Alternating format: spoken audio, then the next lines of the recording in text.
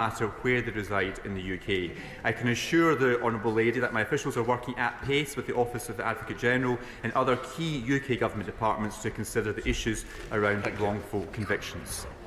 Very good. Thank you, Mr. Speaker. In Scotland, these prosecutions were carried out by the Crown Office and the Procurator Fiscal. Minister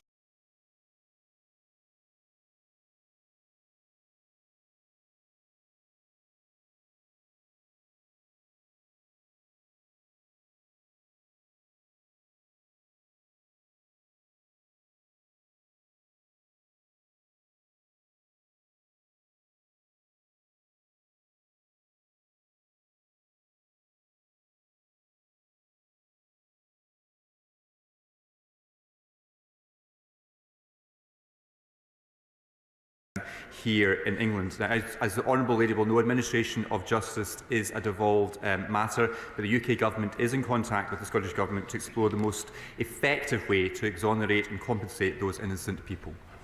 Shadow Minister Michael. Thank you, Mr. Speaker. And can I pass the thoughts of these benches to the Secretary of State at this difficult time and join him with his comments about all those affected?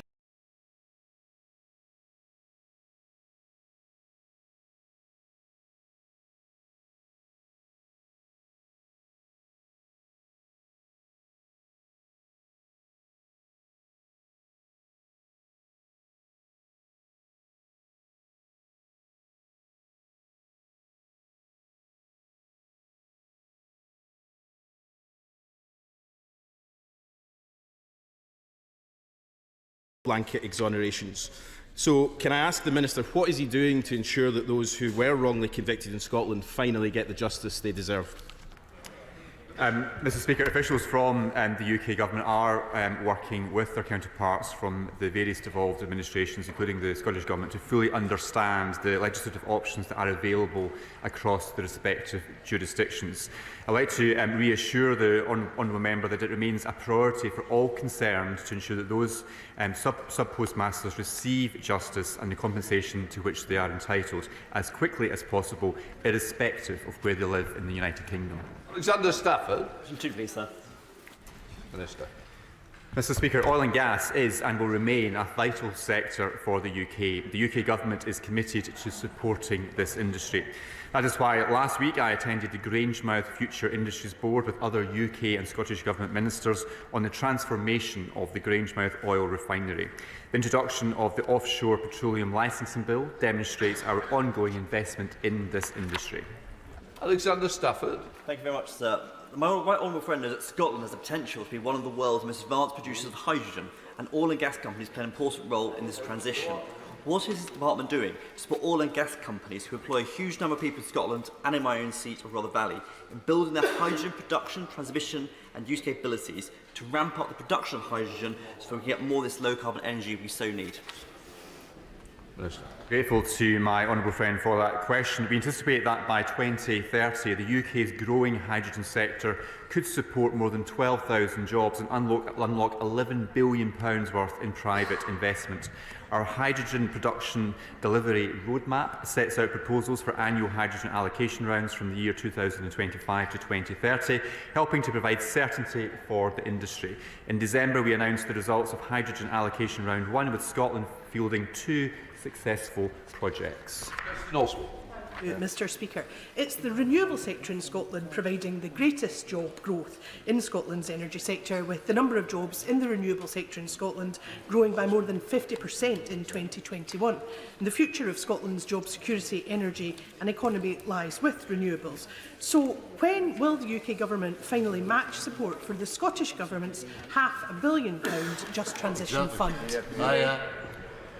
Mr. Speaker, well, I mean, the SNP's position on energy, and particularly in relation to oil and gas, is frankly all over the place. We don't know where the First Minister of Scotland stands on this. He described developing Rosebank as the wrong decision, but now seems to think that oil reserves can fund capital investment in an independent Scotland.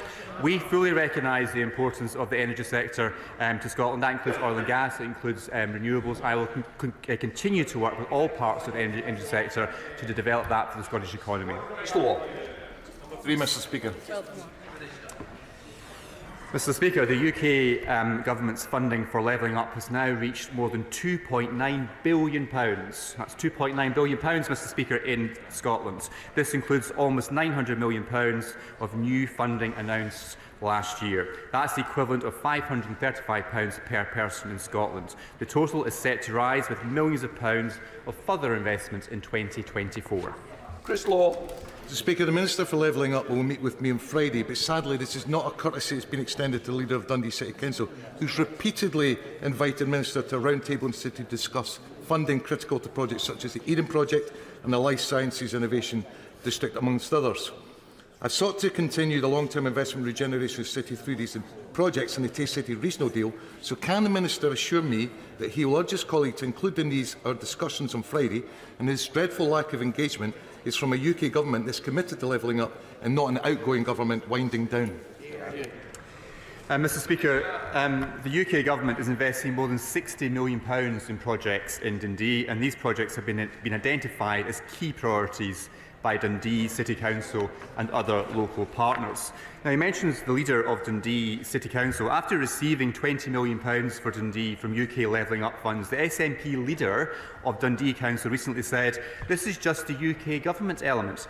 I'm pursuing the Scottish Government as well, because we need both governments to work with us if we're to make significant economic inroads into the challenges we face." So, Mr Speaker, I hope the honourable member will now agree with me and agree to write a joint letter with me to his SNP colleagues in Holyrood asking, where's the money?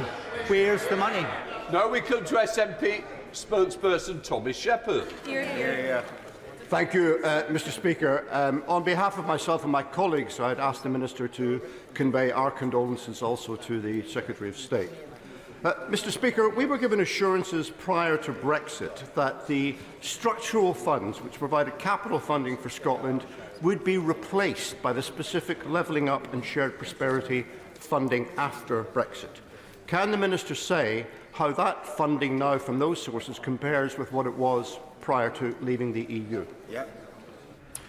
Mr Speaker, 4 years since the United Kingdom left the EU, the UK Government has announced more than £1.4 billion for new levelling up initiatives across Scotland.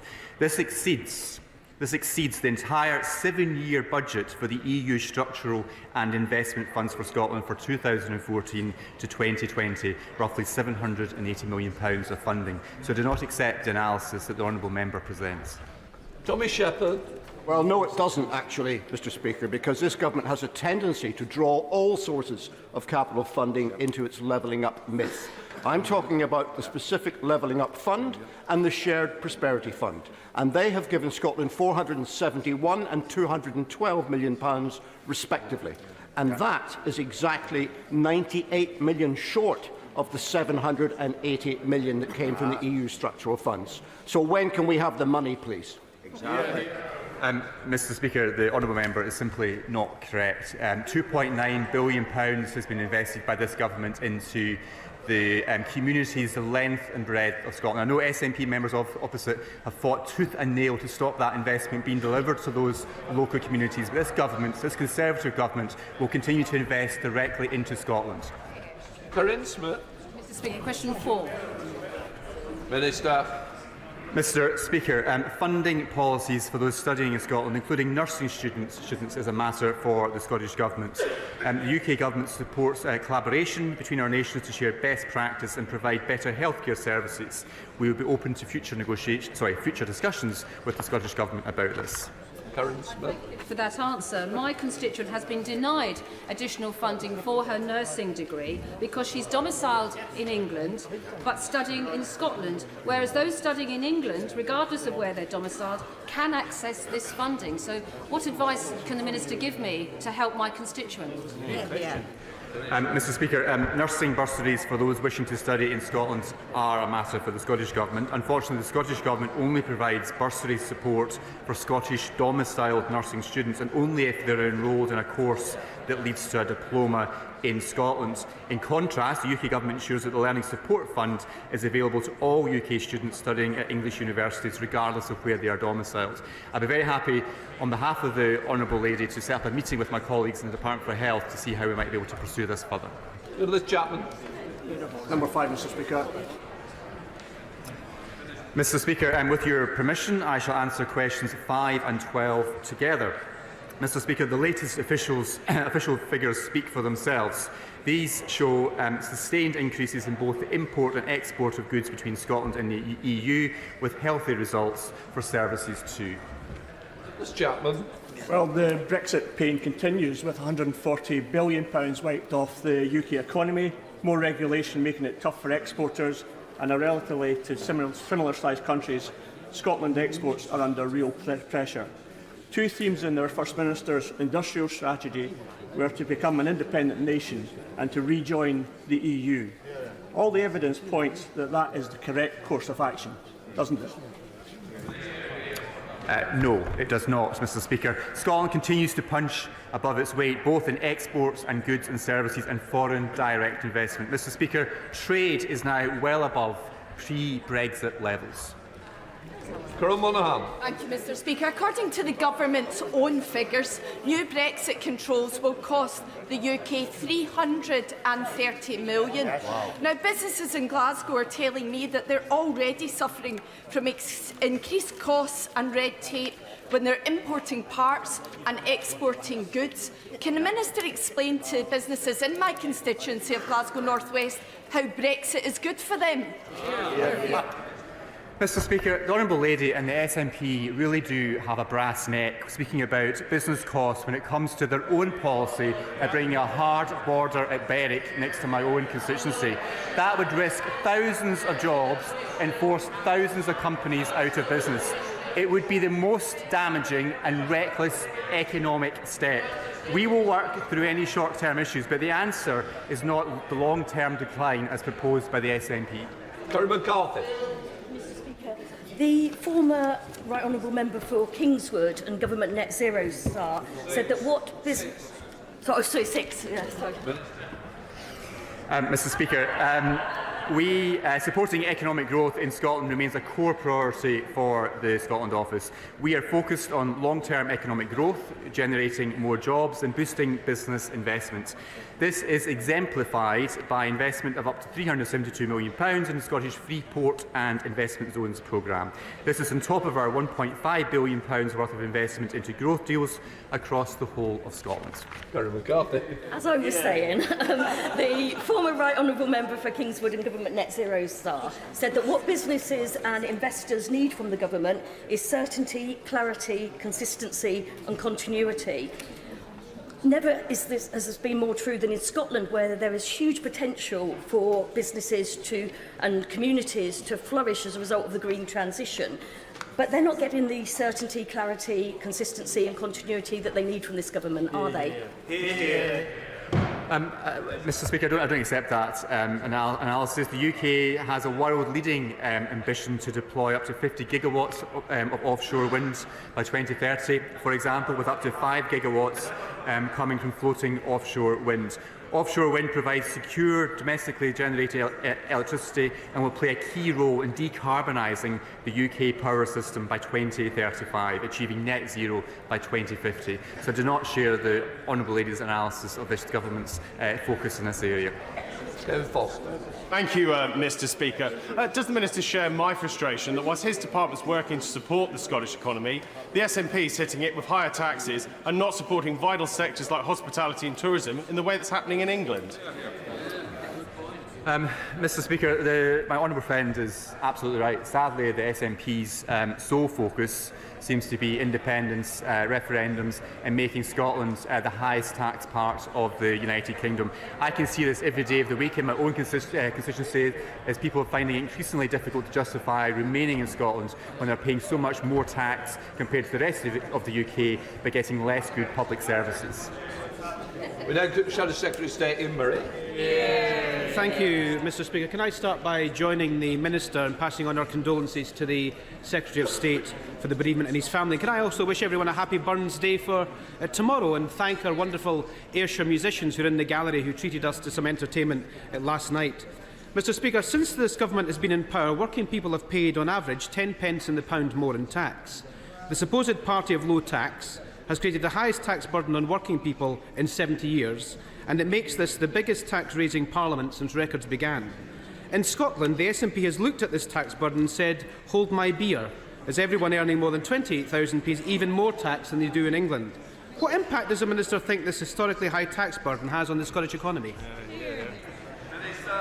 Mr Speaker, well, this government remains focused on reducing the tax burden when it is prudent to do so. But as he identifies, in Scotland we have an additional challenge in terms of the high tax agenda being put forward by the Scottish Government, the SNP, and I share his concerns about the impact that is having on the ability of the Scottish economy to perform at its full potential. Ian Murray. Mr Speaker, the Minister seems to think that picking your pocket of £10 and giving you £2 back is something to be grateful for. The fact is that working people all across the country and in Scotland are paying for the Tories crashing the economy. Mr Speaker, we know that the Barnett formula results in an additional £19 billion of public spending into Scotland's economy. But last week, the national newspaper reported that the SNP was being encouraged by their sister party in Wales to join the campaign to ditch the funding formula. 16 years of SNP government has left Scotland's public finances with a £1 billion black hole. We're in the middle of the worst cost of living crisis in generations, yet historically high taxes are already being imposed on working people to pay for this. Losing the Barnett formula would devastate Scotland's public finances and the economy like nothing we've seen before. Will the Minister join me in demanding that the SNP rule out this policy to bin the Barnett formula? Mr Speaker, the biggest enemy of the Barnett formula and the biggest enemy of devolution in Scotland is the SNP. They want to rip up the devolution settlement and they want to stop the Barnett formula, which results in millions of pounds of extra investment going into Scotland each year. This government, this party remains absolutely committed to devolution and that Barnett formula and more investment into Scotland. Gregory Campbell. Number 7. Mr Speaker, the United Kingdom Government has taken action to make trade between Scotland and Northern Ireland easier. The UK Government is also committed to providing funding to deliver targeted improvements to the A75 road. This will provide better links between Cairn-Ryan ferry terminals serving Northern Ireland and South West Scotland, benefiting businesses on both sides of the North Channel. Gregory Campbell. Thank you, Mr Speaker. I appreciate the reply the Minister has given us. He will understand, like many do, that the economic powerhouse of the United Kingdom is usually centred in the southeast of England and thus to the detriment of the southwest of Scotland and Northern Ireland. Will he do more to ensure that that small 12-mile stretch of water between Scotland and Northern Ireland is bridged in business terms by greater cooperation and expansion opportunities for people on either side of that 12-mile stretch? Mr Speaker, the honourable member makes a very important point. I fully recognise the very strong links that exist between South West Scotland and Northern Ireland, and the potential to enhance those economic ties are great. Improved transport links are undoubtedly part of that with the A75 and ferry links. I look forward to working with him to see how we might be able to enhance and improve those links moving forward. The Select Committee Speaker Shaw. Speaker, Scottish businesses would give their right arm to have the arrangements that Northern Irish businesses have with their access to the single market and all the competitive advantages that brings. The Prime Minister has described Northern Ireland as one of the world's most exciting economic zones. Does he agree with that? And what's he doing to ensure that Scotland gets the same arrangements? Mr Speaker, well, I thought the honourable member was going to stand up to tell me how great the House of Lords was now, a bit like his honourable friends, the member for Ross, Skye and Lochaber, in a sort of preemptive job application. Mr Speaker, Scotland is not Northern Ireland and does not share the land border with an EU country. It's disappointing that the SNP is seeking to play party politics with the situation in Northern Ireland. Northern Ireland, as the SNP well knows, has a unique place in the United Kingdom, and we will protect that. Alan Smith. Number 8, sir. Mr Speaker, the UK Government works tirelessly to promote Scottish interests around the world through our extensive diplomatic network, forging business links and generating trade and investments. Our response to the Scottish Affairs Committee's recent inquiry into Scotland's international position highlights the extensive efforts we undertake to achieve this. Alan Smith.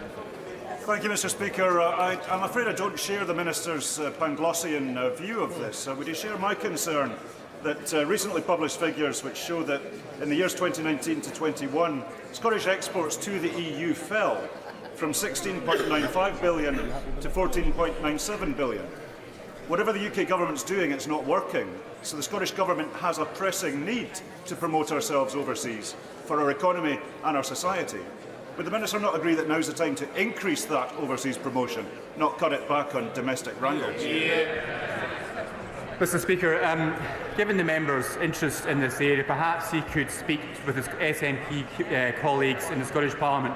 They are cutting funding to South of Scotland Enterprise, which will mean less support for businesses in the south of Scotland to grow, innovate and export. Perhaps he could tell the First Minister of Scotland that promoting Scotland overseas begins with supporting businesses at home in Scotland.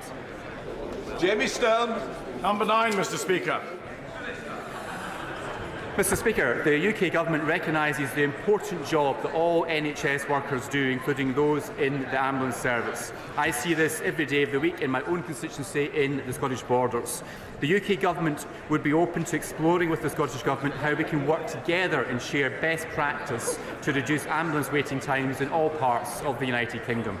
Jamie Stone. Mr. Speaker, last year in Scotland, almost 3,000 people had to wait more than 8 hours for an ambulance. But in recent days, women who might have to travel a 2.5-hour drive to Rigmore Hospital in Inverness to give birth or for specialised treatment, they haven't been able to travel at all because the roads have been closed owing to the terrible weather we've had. Does the Minister share my deep anxiety for any woman who lives over 100 miles away from Rigmore Hospital? Mr. Speaker, I share the honourable member's concerns and I agree that these long distances are not acceptable, but it tells you all you need to know about the NHS in rural Scotland. NHS Highlands have said that it will need to substantially reduce spend following the SNP government's budget in December. The SNP government is taking a slash and burn approach to the rural NHS across Scotland. Douglas Ross. Pretend, sir. Mr. Speaker, the autumn statement supported families and set measures to grow the Scottish economy. With a stronger fiscal outlook, the Government has the space to cut taxes for hard-working people and businesses. This is highlighted by cuts to national insurance benefiting 2.4 million people in Scotland and the extension of full expensing, ensuring the UK has one of the most competitive business tax regimes in the world. Order, order. Please, don't walk in front of members like that. Douglas Ross. Thank you, Mr. Speaker. The Minister is correct that the autumn statement from this UK Conservative government provided tax cuts for millions of Scots, provided support for businesses and invested to grow the economy. That was in stark contrast from the SNP's budget last month, which hiked taxes on hard-working Scots, failed to pass on the support to hospitality, retailing and tourism sectors and has been widely criticised across Scotland. So does the Minister agree, as I do, with Sir Tom Hunter, who said at the weekend that the business community in Scotland doesn't believe the SNP has their back and that must change? Thank you, Mr. Speaker. Well, I agree with my honourable friend, and Sir Tom is right too. Traders in Scotland have accused the SNP government of undermining the rejuvenation of high streets across Scotland with their tax hikes of 6.7% through business rates. The SNP must stop attacking employers and high street traders who are already under tremendous financial strain because of the SNP's mismanagement of Scotland's economy. Despite devolution rendering it pointless, the budget of the Scotland Office, along with that of the Attorney General, has jumped by over £3 million since 2018-19, leaping up by £1.2 million just last year, while the Scottish Government's budget allocation suffered a real terms cut. Around 80 people currently work in Queen Elizabeth House alone for the Scotland Office, along with around 30 deluxe civil servants. What on earth are they doing, and how does he justify that to the Scottish taxpayer?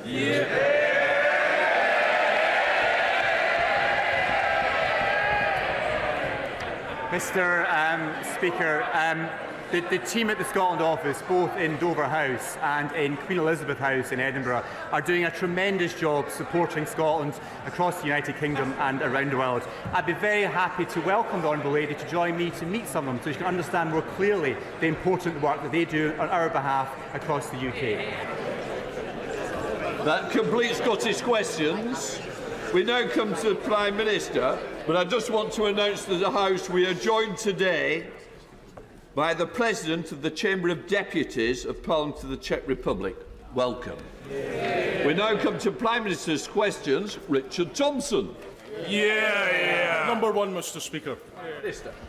Mr. Speaker, I know that members from across the House will want to join me in offering our best wishes to His Majesty the King and Her Royal Highness the Princess of Wales. Mr. Speaker, this morning I had meetings with ministerial colleagues and others. In addition to my duties in this House, this afternoon I shall be meeting the extraordinary 100-year-old Holocaust survivor, Lily Ebert. Lily promised that if she survived Auschwitz, she would tell the world the truth of what happened. Never has such a promise been so profoundly fulfilled. And as we prepare to mark Holocaust Memorial Day on Saturday, I'm sure the whole House will join me in reaffirming our promise to Lily that we will never forget the Holocaust and we will carry forward her life's work for generations to come. Richard Thompson. Thank you, Mr. Speaker, and can I echo the Prime Minister's comments on World Holocaust Day? My constituents, like all of our constituents, rely on the Royal Mail to deliver important items of mail and packages and for people to run their businesses. So they'll be very alarmed to learn of proposals from Ofcom that Royal Mail might be allowed to cut the number of days that they might be able to, that they will provide that service. Can the Prime Minister give a commitment to me here today that under his watch there will be no reduction in postal services provided by the Royal Mail in Scotland or anywhere else? Well, Mr. Speaker, I agree about the importance of the Royal Mail's universal service obligation, and as you will have heard from the Minister this morning, we remain absolutely committed to ensuring that it remains as it is. Paul Holmes. Thank you, Mr. Speaker. The Lib Dem-run council in Eastleigh has just received a report from their external auditors warning of the possibility of fraud and ignoring whistleblowers who try to warn them. Does the Prime Minister agree with me that Lib Dem leaders who shun accountability, shun transparency and simply say "not me, Gov" should start showing some remorse and responsibility or make way for those who will? Well, Only the answer. Come on, Prime. My honourable friend raises an important matter to the people of Eastleigh, which I was pleased to discuss with him on my recent visit to his area, and I know that the contents of the report are deeply concerning. It is disappointing to see this Liberal Democrat-run council rack up debt with absolutely no plan for how to fund it. And the council has been issued with a best value notice, and I know that he is talking to the Department of Levelling Up, who will be monitoring the situation closely. We now come to the Leader of the Opposition, Keir Starmer. Thank you, Mr. Speaker. Can I join the Prime Minister in his comments about His Majesty the King and Her Royal Highness the Princess of Wales, and in his comments about Holocaust Memorial Day? Never again must be said more defiantly this year, as it's said every year. Mr. Speaker, last week we lost Sir Tony Lloyd, a true public servant who asked by a member of the public about NHS waiting lists. So I was glad to hear that he managed to take some time off. Can I just say, I wanted to the Prime Minister, I'm certainly going to hear the Leader of the Opposition. Those people who don't want to hear, they can certainly leave, because that's how it's going to be, so get it in order. Some of you are wanting to catch my eye again. It's not a good way to do it. Mr. Speaker, I love this quaint tradition where the more they slag him off behind his back, the later they cheer in here. Keep it going. And also, for this side, you can have a joint cup of tea. Come on. Mr. Speaker, I was glad to see that he managed to get some time off yesterday afternoon to kick back, relax and accidentally record a candid video for Nigel Farage. The only thing missing from that punishing schedule is any sort of governing or leadership. So was he surprised to see one of his own MPs say that he doesn't get what Britain needs and he's not listening to what people want? Prime Minister. Mr. Speaker, he talks about what Britain needs, what Britain wants, what Britain values. This from a man who takes the knee, Mr. Speaker, who wanted to abolish the monarchy, who still doesn't know what a woman is, and just this week, one of his front benchers said that they back teaching divisive white privilege in our schools, Mr. Speaker. Looking at his record, it's crystal clear which one of us doesn't get Britain's values. Mr. Speaker, he spouts so much nonsense, no wonder they're giving up on him. And even now, as his government crumbles around him and his own MPs point out he's out of touch, got no plan for growth, crime or building houses, the Prime Minister is sticking to his one-man Pollyanna show. Everything's fine. People should be grateful to him. The trouble is, no one's buying it. Does he actually understand why his own MPs say he doesn't understand Britain and that he is an obstacle to recovery? Prime Minister. Again, Mr. Speaker, he calls it nonsense, but these are his positions, Mr. Speaker. Right? And he doesn't want to talk about it, but this is the fact. He chose to represent a now proscribed terrorist group, Mr. Speaker. He chose to campaign against the deportation of foreign national offenders, Mr. Speaker, just like he chose to serve the Right Honourable Member for Islington North, Mr. Speaker. That's his record, those are his values, and that is exactly how he should be judged.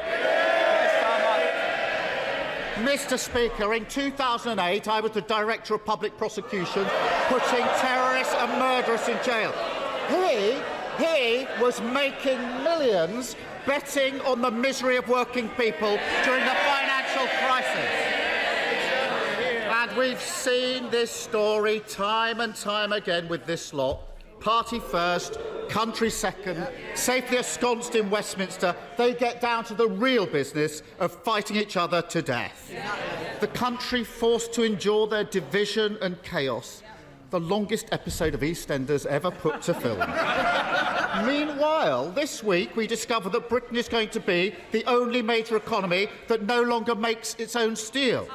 That the government is handing out £500 million to make 3,000 steelworkers redundant. And that the parents of thousands are being told that his free childcare promise is nothing but a mirage. Isn't he embarrassed that the Tory party is yet again entirely focused on itself? Mr. Speaker, there's yet more sniping from the sidelines. Yeah, you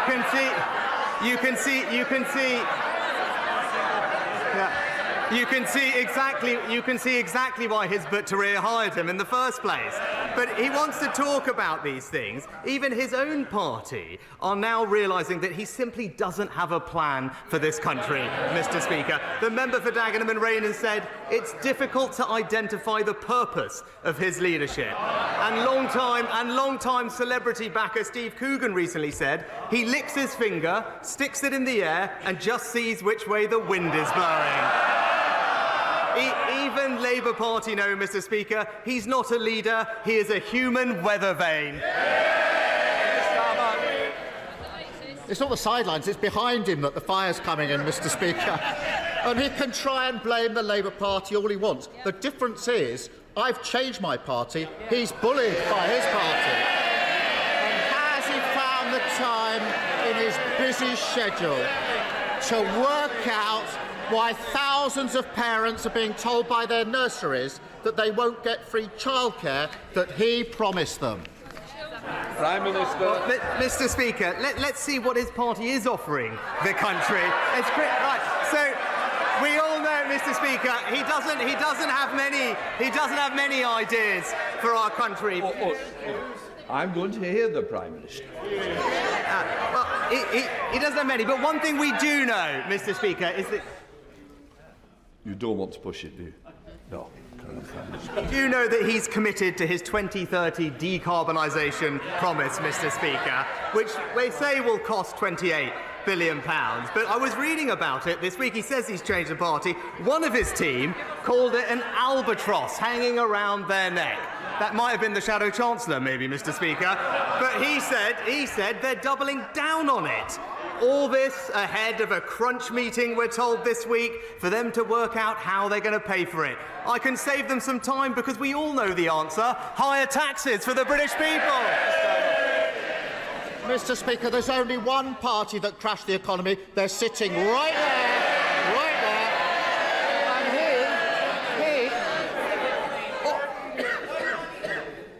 And Oh, Mr. Holmes, you've had your question already. Obviously, you don't want to remain for the rest of it. Keir Starmer. He is Mr. 25 tax rises, and he's got nothing to say on childcare. Millions of families will have been listening for an answer, and they got absolutely nothing. He announced that scheme a year ago, claiming it would get 60,000 parents back into work. Only on Monday of this week did he notice there were some, in his words, practical issues with that. 8 weeks before its launch, parents can't budget, plan for work, or make arrangements with their employers. And the Prime Minister's response is to say it's all fine, it's the fault of the Labour Party. Is this merely a practical issue, or is it yet another example of him simply not understanding how life works for other people? Mr. Speaker, we're delivering the biggest ever expansion of childcare in this country's history, Mr. Speaker. But while millions of parents will benefit from that, again, it's right that he should come clean with them about the cost that his plans will impose on all of them. He goes on and on about the Green Promise, Mr. Speaker. He says he wants to keep it. He says he wants to keep it, but he doesn't have a plan to pay for it. What he's really saying is he'll scrap the borrowing associated, but he wants to keep the £28 billion of spending. So, for all those working families who are benefiting from our free childcare, he should come clean with them now. Why doesn't he come clean with them now? Come clean with them now and just be clear. His plans mean back to square one and higher taxes for British people. Mr. Speaker, making steelworkers redundant and failing to provide childcare is not a plan, Prime Minister. It's a farce. It's a farce. And he may soon discover that with childcare, there's an IT problem. Nurseries haven't got the spaces. They haven't got the staff. There's a black hole in their budget, and it's 8 weeks to go. That isn't a plan. And families across the country, well, they can laugh all they like. Families are making plans now. They laugh at it, of course they do. Families are struggling with a cost of living crisis, trying to work out the household budget, balancing spiralling mortgages, prices and eye-watering bills. And then at the last minute, they're thrown into chaos because their nursery says they can't deliver the free childcare he promised. Now, he calls that a practical issue. But I preferred the honesty of whichever of his colleagues briefed to the Times that it was, and I quote, a complete shit show. Who was it who briefed that to the Times? Hands up. Will the Prime Minister finally realise... I'll decide how long the question goes. Those who wish don't hear it, I've told you the answer, and I'll help you on the way. Keir Starmer. When will the Prime Minister finally realise that the biggest practical issue facing Britain is the constant farcical incompetence of the government that he leads? Prime Minister. Mr. Speaker, another week with no ideas, absolutely no ideas as country, and absolutely no plan. He talked about the cost of living, Mr. Speaker, he talked about the economy, but he never actually brings it up, and we all know why, Mr. Speaker, because things are improving and we are making progress. Wages now rising, Mr. Speaker, debt on track to be reduced, and inflation more than halved from 11% to 4%, because he actually knows that our plan is working and that his £28 billion tax grab will take Britain back to square one. And that, Mr. Speaker, is the choice. It's back to square one and higher taxes with him, or a plan that's delivering a brighter future with the Conservatives.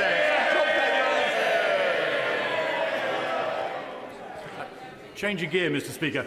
Too many oligarchs and kleptocrats are living off ill-gotten gains beyond the reach of domestic courts here or in countries like America. Ever since the 2016 London Anti-Corruption Summit, moves to create an international anti-corruption court have been gathering momentum to plug this gap. It already has support from countries like Canada, Holland and Nigeria, and would fund itself from the fines it charged. Will this government take the lead in getting it underway, ending impunity for these crooks once and for all? Well, can I firstly pay tribute to my honourable friend for his work on this issue? As I'm sure he'll appreciate, establishing a new bespoke institution is a significant endeavour, but I know he's discussed it with the Foreign Secretary, who will look at the proposals in more detail. And in the meantime, as he knows, our Economic Crime Act has a raft of new measures to crack down on dirty money, and we will shortly be publishing our second anti-corruption strategy. We'll set out ambitious plans for combating corruption, both here at home, but also internationally. SNP leader Stephen Flynn. Mr. Speaker, last night, as Tory MPs were once again fighting amongst themselves, the public were sat at home watching John Irvine of ITV News report on footage from Gaza of an unarmed Palestinian man walking under a white flag, being shot and killed by the IDF. Prime Minister, such an act constitutes a war crime, does it not? Mr. Speaker, we've been absolutely consistent that international humanitarian law should be respected and civilians should be protected. I've made that point expressly to Prime Minister Netanyahu, and the Foreign Secretary is in the region this week making exactly the same point. Stephen Flynn. Mr. Speaker, I don't think it's unreasonable to expect the Prime Minister of the United Kingdom to rise to that dispatch box and tell the people of these Isles and elsewhere that shooting an unarmed man walking under a white flag is a war crime. Now, in recent weeks, this House has acted with urgency and intent following an ITV drama. The question is, will this House now show the same urgency and intent following this ITV news report? And finally, back a ceasefire in Gaza? Mr. Speaker, no one wants to see this conflict go on for a moment longer than necessary, and we do want to see an immediate and sustained humanitarian pause to get more aid in and, crucially, the hostages out, helping create the conditions for a sustainable ceasefire. I set out the conditions for that earlier in the House. The Foreign Secretary is in the region today and will continue to press all our allies and partners to make sure that we can bring about that outcome. Tom Hunt. Speaker, access to NHS dentistry is a key issue in Ipswich and Suffolk. Locally, actually, we've done something about it. And the University of Suffolk and the local NHS deserve great credit for establishing a new dental centre, which is going to carry 18,000 hours a year of NHS dental appointments. However, a source of great frustration for myself and a number of constituents is that many people who train to be a dentist at university for 5 years and have their training heavily subsidised can immediately go private or actually go abroad without giving anything back to the NHS. It seems wrong to me. Would the Prime Minister support the view of many of my constituents that for, say, 5 years they work in the NHS, they give something back, and this will make a huge contribution to this problem? Prime Minister. Well, my honourable friend is a long-standing campaigner for better dental access in his constituency, and I congratulate him on the new dental centre that's opening, which I know he worked very hard to deliver. And I agree with him. It's right and fair that we seek better value for the significant investment that the taxpayer makes in the education and training of the dental workforce. That's why, as our workforce plan outlined, we are exploring whether a tie-in would ensure that dentists spend a better proportion of their time in the NHS, and we'll be launching a consultation on this policy later this year. Colm Eastwood. Thank you, Mr. Speaker. In the week of the anniversary of Bloody Sunday, people in Derry are watching unarmed Palestinians being gunned down by Israeli soldiers. Over 25,000 people have now been slaughtered in Gaza. The Prime Minister says, and he said it again today, that he wants to see a sustained ceasefire. So my question is a very, very simple one. The next time there's a vote at the UN for a ceasefire, will his representative vote for it? Well, Mr. Speaker, of course we'll engage with all UN resolutions on their merits, and I've been clear no one wants to see this conflict go on for a moment longer than is necessary. We do want to see an immediate pause so we can get aid in and hostages out, because the situation is desperate for many people there. But a sustainable, permanent ceasefire needs to fulfill a set of conditions, including Hamas releasing all of the hostages, Hamas no longer being in charge of Gaza with the threat of rocket attacks into Israel, and an agreement in place for the Palestinian Authority to return to Gaza to provide governance and services. The Foreign Secretary is in the region. Those are the principles on which we are working, and I believe those are shared by all our major allies. Sure. In 1959, Brunel opened his rail bridge over the River Tamar. In 2022, I met with Network Rail and others to celebrate the agreement to build a simple footbridge going over the railway line in Lostwithiel. That bridge still doesn't exist, and I have no completion date. Can my right honourable friend help?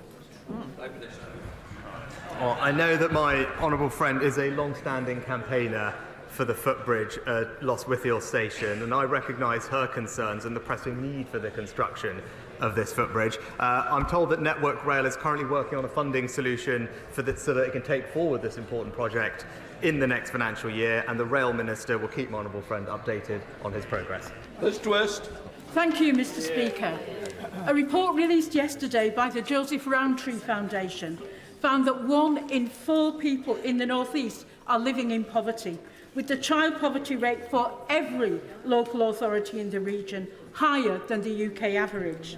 Too many of our people are being hard hit. Now, the Prime Minister says that his plan is beginning to work. So can I ask the Prime Minister, where does rising child poverty fit in his plan? Well, in fact, Mr. Speaker, the plan is working because poverty is falling in our country. Since 2010, there are 1.7 million fewer people in poverty, including hundreds of thousands of children. Of course, there's more to do. There's always more to do to make sure children don't grow up in poverty, but that absolutely wouldn't be helped by Labour's £28 billion tax grab on their parents, which would take money out of their families' bank accounts. James Sunderland. Mr. Speaker, Bracknell Forest is a place of aspiration, opportunity and enterprise. Business occupancy rates and employment figures are thankfully high. Footfall at the Lexicon Shopping Centre is up and wages are up, but the cost of living continues to bite across the UK. What more can be done to put more money in people's pockets? Well, it's great to see, thanks to my honourable friend, that Bracknell Forest is thriving, with people in work up, footfall in the town centre up, and as he knows, almost 100% of his schools now good or outstanding. But he's right that we must do more to relieve the burden on working people, Mr. Speaker, which is why we cut taxes for tens of millions of people in work earlier this year, worth on average £450. And we've got to stick to the plan for lower taxes, a strong economy, and a brighter future for the people of Bracknell Forest, and absolutely not risk going back to square one with the Labour Party. Debbie Abrahams. Mr. Speaker, if everyone had the same good health as the least deprived 10% of the population, in England there would have been a million fewer deaths between 2012 and 2019, and 28,000 fewer deaths in the first year of COVID. These inequalities are not inevitable.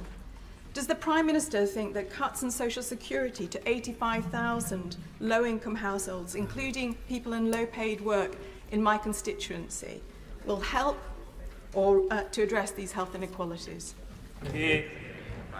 Well, I can assure the Honourable Lady that we are committed to caring for society's most vulnerable, and that's why almost 20 million families will see their benefit payments increase this April, which will bring our total support over these few years to around £3,700 per UK household. The Department for Work and Pensions is looking very closely at how it can target its services precisely on the most vulnerable customers, and I know the Honourable Lady spoke to the DWP Permanent Secretary at length about this when he appeared before this Select Committee earlier this month, and I can assure her that he will be writing to the committee on exactly this subject shortly.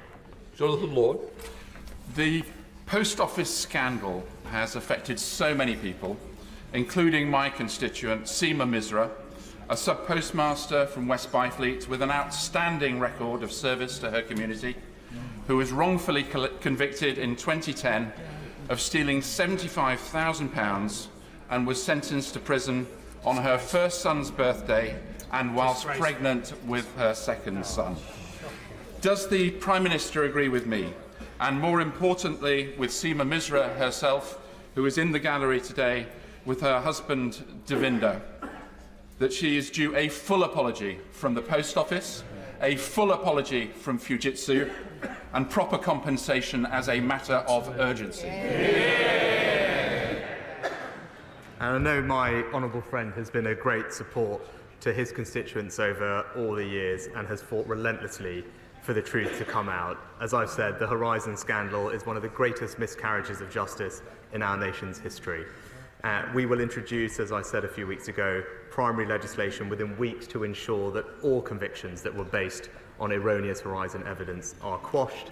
That will clear people's names, deliver justice and ensure swifter access to compensation. Innocent people, like my honourable friend's constituents, have waited far too long, and I'm determined that they receive compensation as swiftly as possible. We have a clear moral duty to right these wrongs, and that is exactly what we will do. Thank you, Mr. Speaker. In 2021, 3,527 food parcels were given out by Bulwell and Bestwood Food Bank. Last year, that number exploded to 6,500, with nearly half going to children. The food bank's now having to buy food to supplement donations, which can only be sustained for a short period. Rather than pretending that things are getting better, will the Prime Minister apologise for the daily chaos in government, which is leaving widespread destitution unaddressed? Well, Mr. Speaker, I don't want to see anyone reliant on food banks, but while they're in place, I have nothing but praise and thanks for the people who run them. But it is wrong to say that we aren't making progress. When I came into this job, inflation was running at 11%. That is the single biggest impact on families' cost of living. And now, thanks to the efforts of this government, most of them opposed by his party, inflation has now been more than halved at 4%. And we're combining that with significant tax cuts to put more money in people's bank accounts at the end of every month. That's the right way to go about supporting people, combined with our extensive cost of living support for the most vulnerable. And all the statistics show that that support has helped, has made a difference, and that's what you get with responsible management of the British economy. Thank you, Mr. Speaker. In November, I held an adjournment debate on the South Fylde line and the need for a passing loop to double its hourly service and increase resilience against delays and cancellations, which again cause misery for travellers over Christmas. The assurances I received from the Rail Minister built on the positivity generated by the reallocation of HS2 funds. Since then, progress has been desperately slow, and my efforts to advance this critical piece of infrastructure for the people of Fylde has been frustrated. Will the Prime Minister meet with me to discuss how the government can help to get the South Fylde line back on track? Prime Minister. My honourable friend is correct that local transport projects are and must be prioritised, and every region of our country will have more transport investment as a result of the decision that we made on HS2. Now, work is underway to consider potential upgrades to the West Coast Main Line, including improvements at Preston Station, which may support additional local services from South Fylde. I know the Rail Minister is carefully considering these options as we speak, and will update my honourable friend in due course. Leila Moran. Thank you, Mr. Speaker. Thames Water are a shambles. In the recent flooding in Oxfordshire, they were dumping sewage from 270 sites along the Thames in 1 week. There was waste backing up into people's homes because of drains that they had not unblocked, and they couldn't even refill their own reservoir because the rivers were too dirty. But rather than offer a rebate for this shoddy service, they are intending to put bills up for everyone by 60%. So will the Prime Minister explain to my constituents why they are being asked to foot the bill for Thames Water's gross incompetence? Well, Mr. Speaker, we've been clear that the volume of sewage discharged by water companies is unacceptable, and that's why we've launched the most ambitious storm overflow discharge reduction plan. And we have now achieved monitoring of almost every single storm overflow in England under this and previous governments, and have introduced unlimited penalties on water companies. And where there is evidence of poor performance, the Environment Agency will not hesitate to pursue water companies concerned, just as they did, I believe, a couple of years ago in the Honourable Lady's constituency, where they fined Thames Water specifically £4 million following a serious incident. Theresa May. Thank you, Mr. Speaker. Yesterday, the Honourable Member for Knowsley and I published our report on TIDE, type 1 diabetes and disordered eating, a condition estimated to affect over a quarter of type 1 diabetics in the UK. It is life-shortening, life-threatening, and can lead to death. I'm pleased to say that Hampshire Integrated Care Board have already responded positively to the report. Will my right honourable friend ensure that the government not only looks seriously at the recommendations we have put forward, but acts on those recommendations, which would improve lives, and save money for the NHS? Can I start by thanking my right honourable friend and indeed the right honourable member for Knowsley for their important work on this issue. Of course, I know both of them speak from personal experience, and as she says, it is important that people get the treatment they need. The Health Secretary will, of course, consider the report, and the NHS has already been piloting services to support those with this condition, as she's aware of, and I understand that the NHS is also now expanding pilot sites to every region of the country so that even more people can benefit from the appropriate integrated care. Adam Kaiser. Mr. Speaker, we entered 2024 with starvation and famine as acute as ever across the globe, much of it caused by the climate crisis. Yet at present, the world's worst hunger crisis is in Gaza, created by Israel's ongoing siege.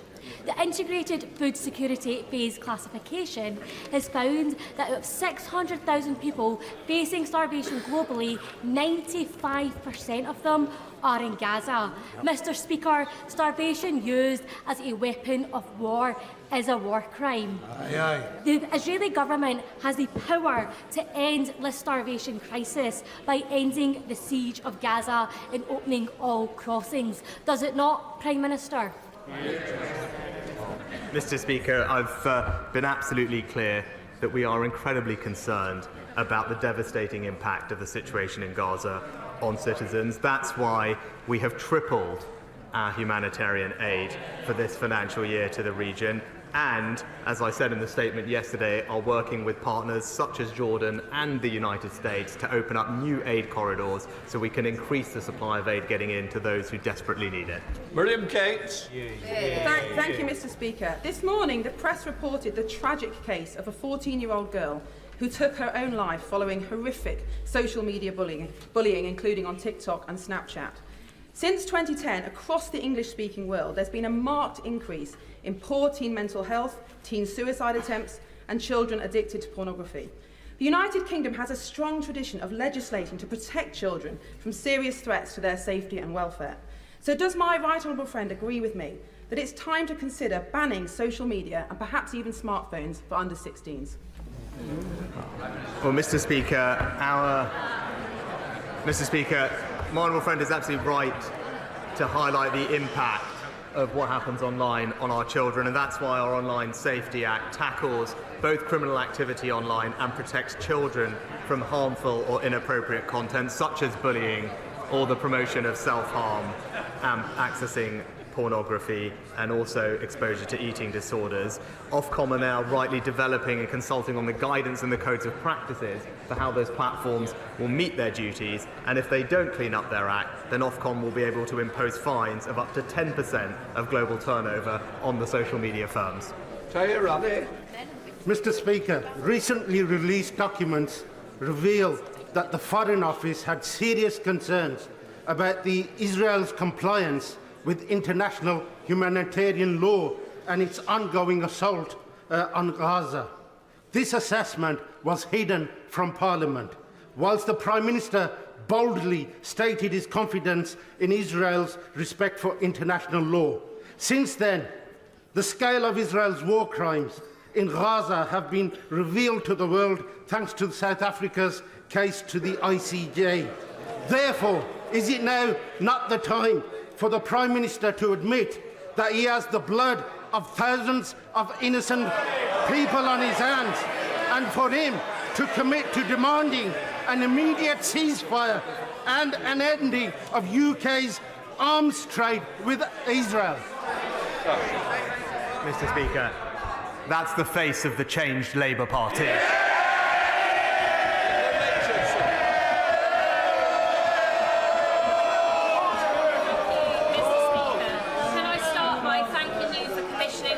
Educational Trust exhibition in Portcullis House and for your personal unwavering commitment to Holocaust remembrance. Mr. Speaker, as we approach Holocaust Memorial Day, will the Prime Minister join me in commending the important work of the Holocaust Educational Trust, in particular their work with Holocaust survivors, who despite living through the darkest moment in human history, continue to share their testimony in the hope of ensuring never again. In the face of the appalling rise in anti-Semitism which we see on the streets of Britain, will my right honourable friend join me in encouraging all members to sign the Book of Commitment and stand up against anti-Semitism? Mr. Speaker, I join my honourable friend in paying tribute to the brilliant work of the Holocaust Educational Trust and thank her for all her work on this issue. I'll be signing the Book of Commitment this afternoon during my meeting with Lily Ebbett, and I encourage members on all sides to do the same and to reaffirm with shared determination to ensure that the Holocaust is never forgotten and to defeat the resurgence of anti-Semitism and all forms of hatred in our country. Final question, Sarah Champion. Mr. Speaker, I represent a proud steel community in Rotherham who stand with the steel workers in Port Talbot at this very worrying time. My constituents don't want to see their taxpayers' money used to make British workers redundant, our primary steel-making capacity decimated and our national security compromised. So will the Prime Minister change his destructive course, starting by looking at the credible multi-union plan to safeguard our steel industry's long-term future?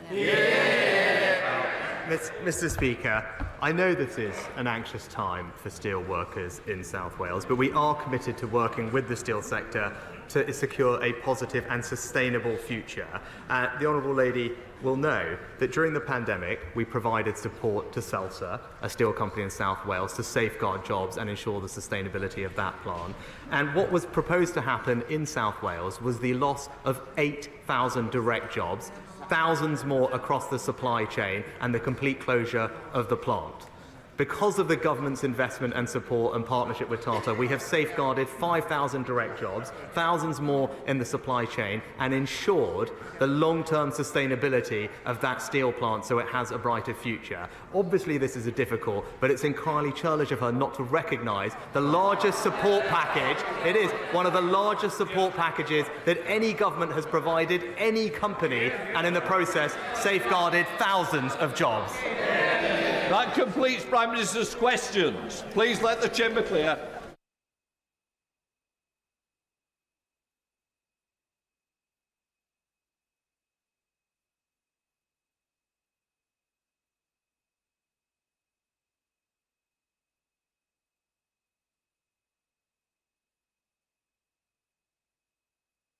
Quietly, please.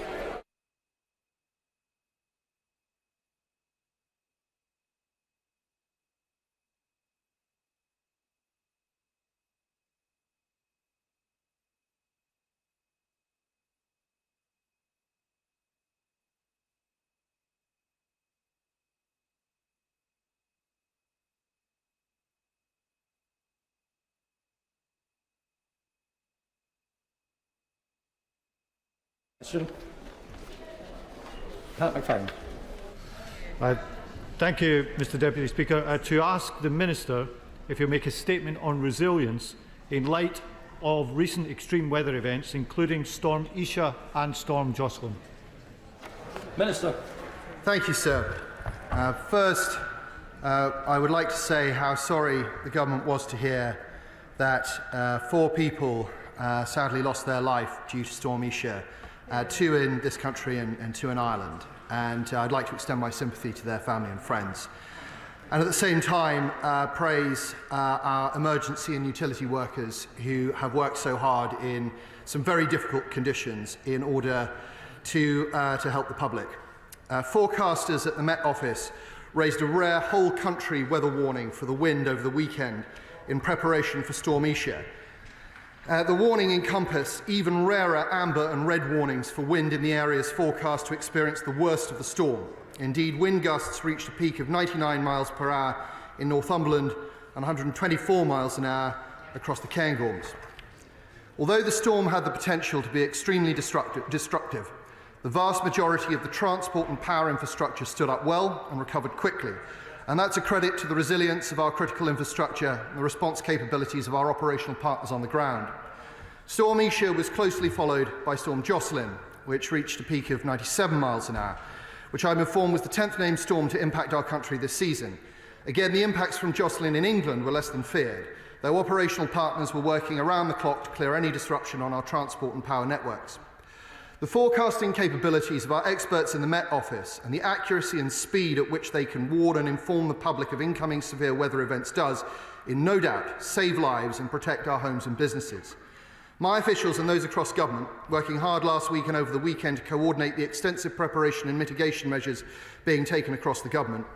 The fact that no escalation to a Cobra-level response was required for either storm is testament to our effective response structures at local and national levels.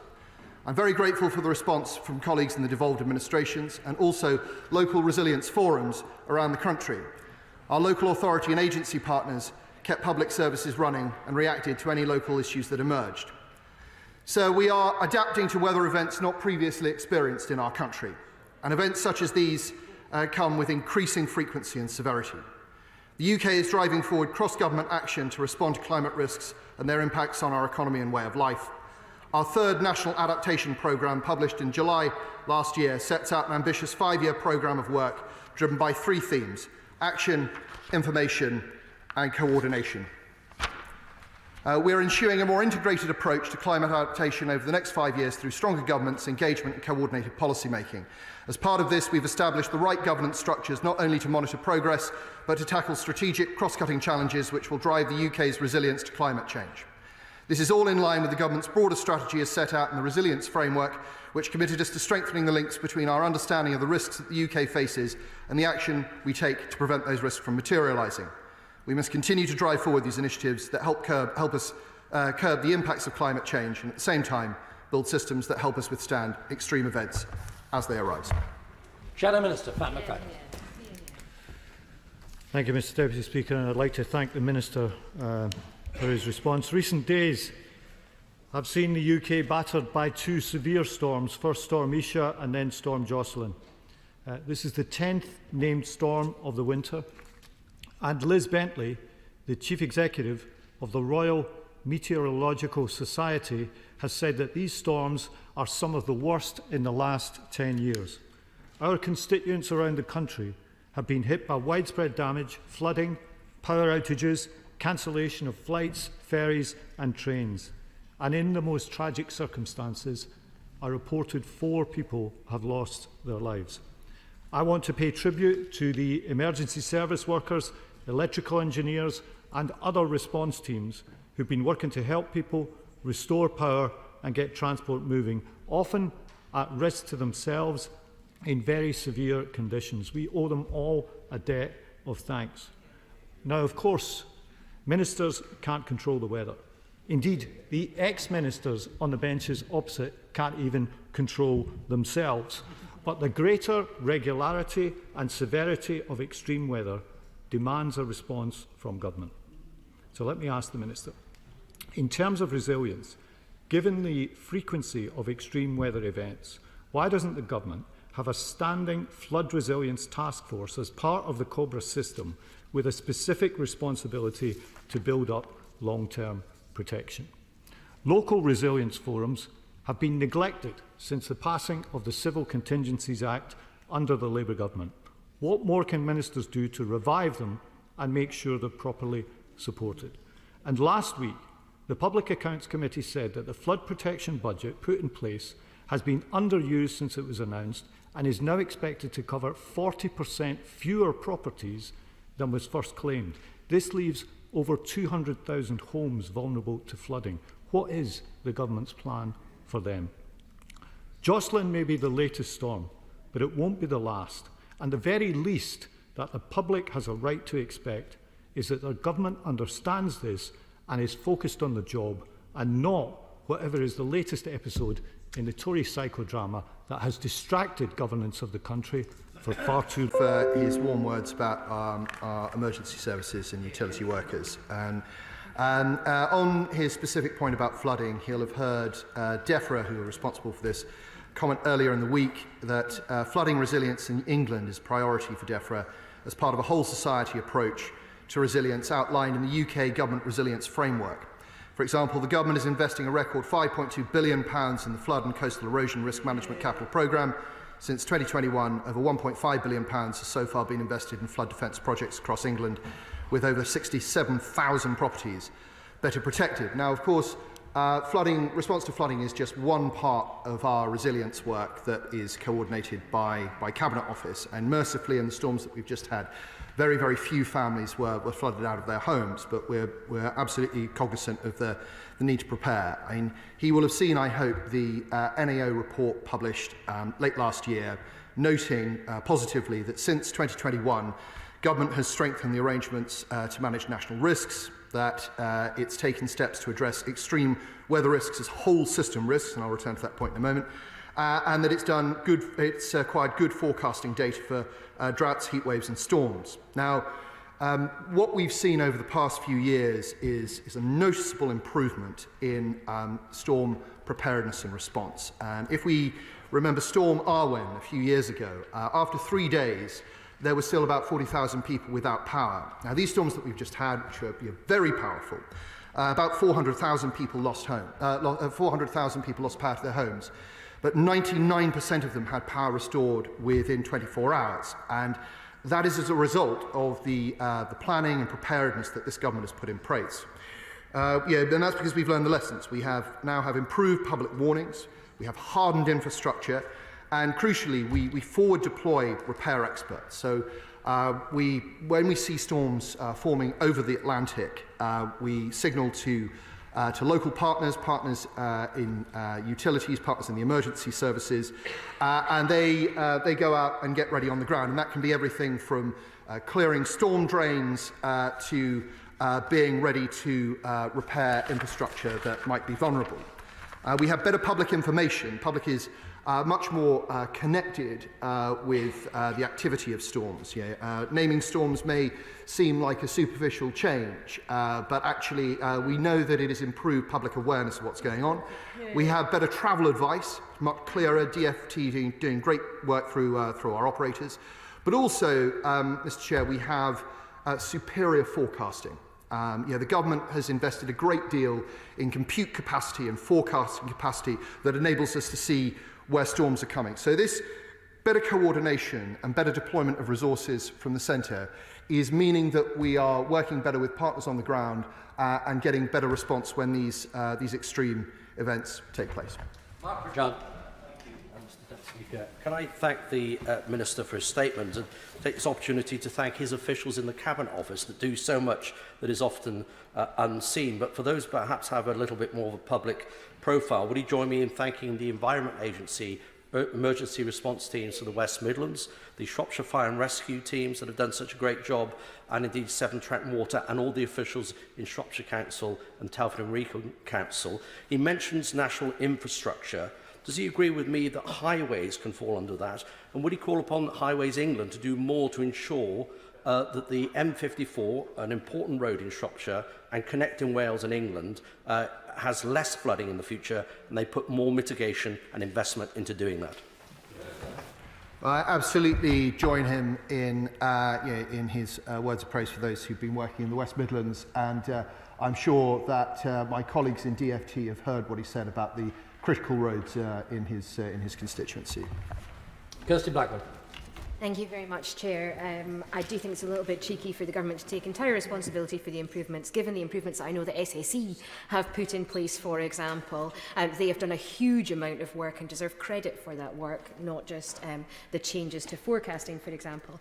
I'd like to thank the resilience partnerships that are in place, the emergency services, the energy companies, and also all of those individuals that stepped up to help and assist others in their local communities. It truly was a community effort. And people came together. I do wish the government would take climate change more seriously, given the incredible amount of extreme weather events that we are seeing right now. It is important for the government to both talk the talk and walk the walk when it comes to climate change, and they should be leading from the front in developing, for example, a strategy that will help to ensure that we are resilient in the face of climate adaptation and the changes that are happening, and also to put the funding in place to ensure that that strategy can be delivered. Would they also consider that in terms of some of the changes that are required, the Scottish Government does need funding for resilience? If we do have a situation where there's a massive geographical disparity in some of the weather events that are happening, particularly Arwen, for example, then Barnet may not be the appropriate method in order to fund some of these things, and it might be it's sensible for the government to consider with the upcoming budget process, ensuring that the resilience funding is spread to the areas which are most likely to be hardest hit, rather than having Scotland just have a percentage share based on our population numbers, a percentage share based on the likelihood of extreme climate events, particularly when it comes to resilience, would be most welcome.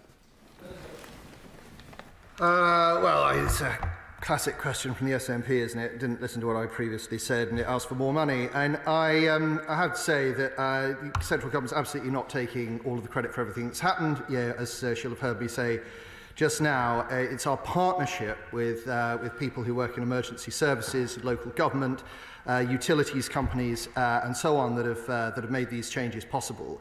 On climate change, I'm sure she'll be pleased to discover that that since peak CO2 emission in the mid-70s, the UK government, by its actions, has helped reduce CO2 emissions by more than 50%, more than any other G7 country. So we absolutely take these things seriously, and we will continue to do so. Dr Neil Hudson. Thank you, Mr Deputy Speaker. Can I thank the Minister for his statement and the Government for their clear actions to strengthen our nation's resilience.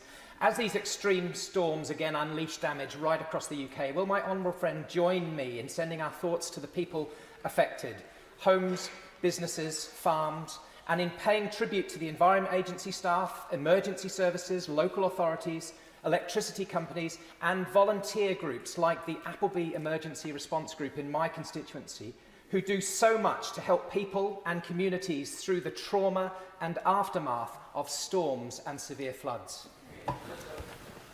Well, I thank my honourable friend for that, and very happy to join him in paying tribute to the Appleby Emergency Response Team. And it is so often local community organisations that both have the connections and the awareness and the intel on what's going on the ground that make response possible. So, very, very happy to join with him in that, and glad to hear that although his constituency, I know, was hit by the storms hard, they've managed to move on from it quickly.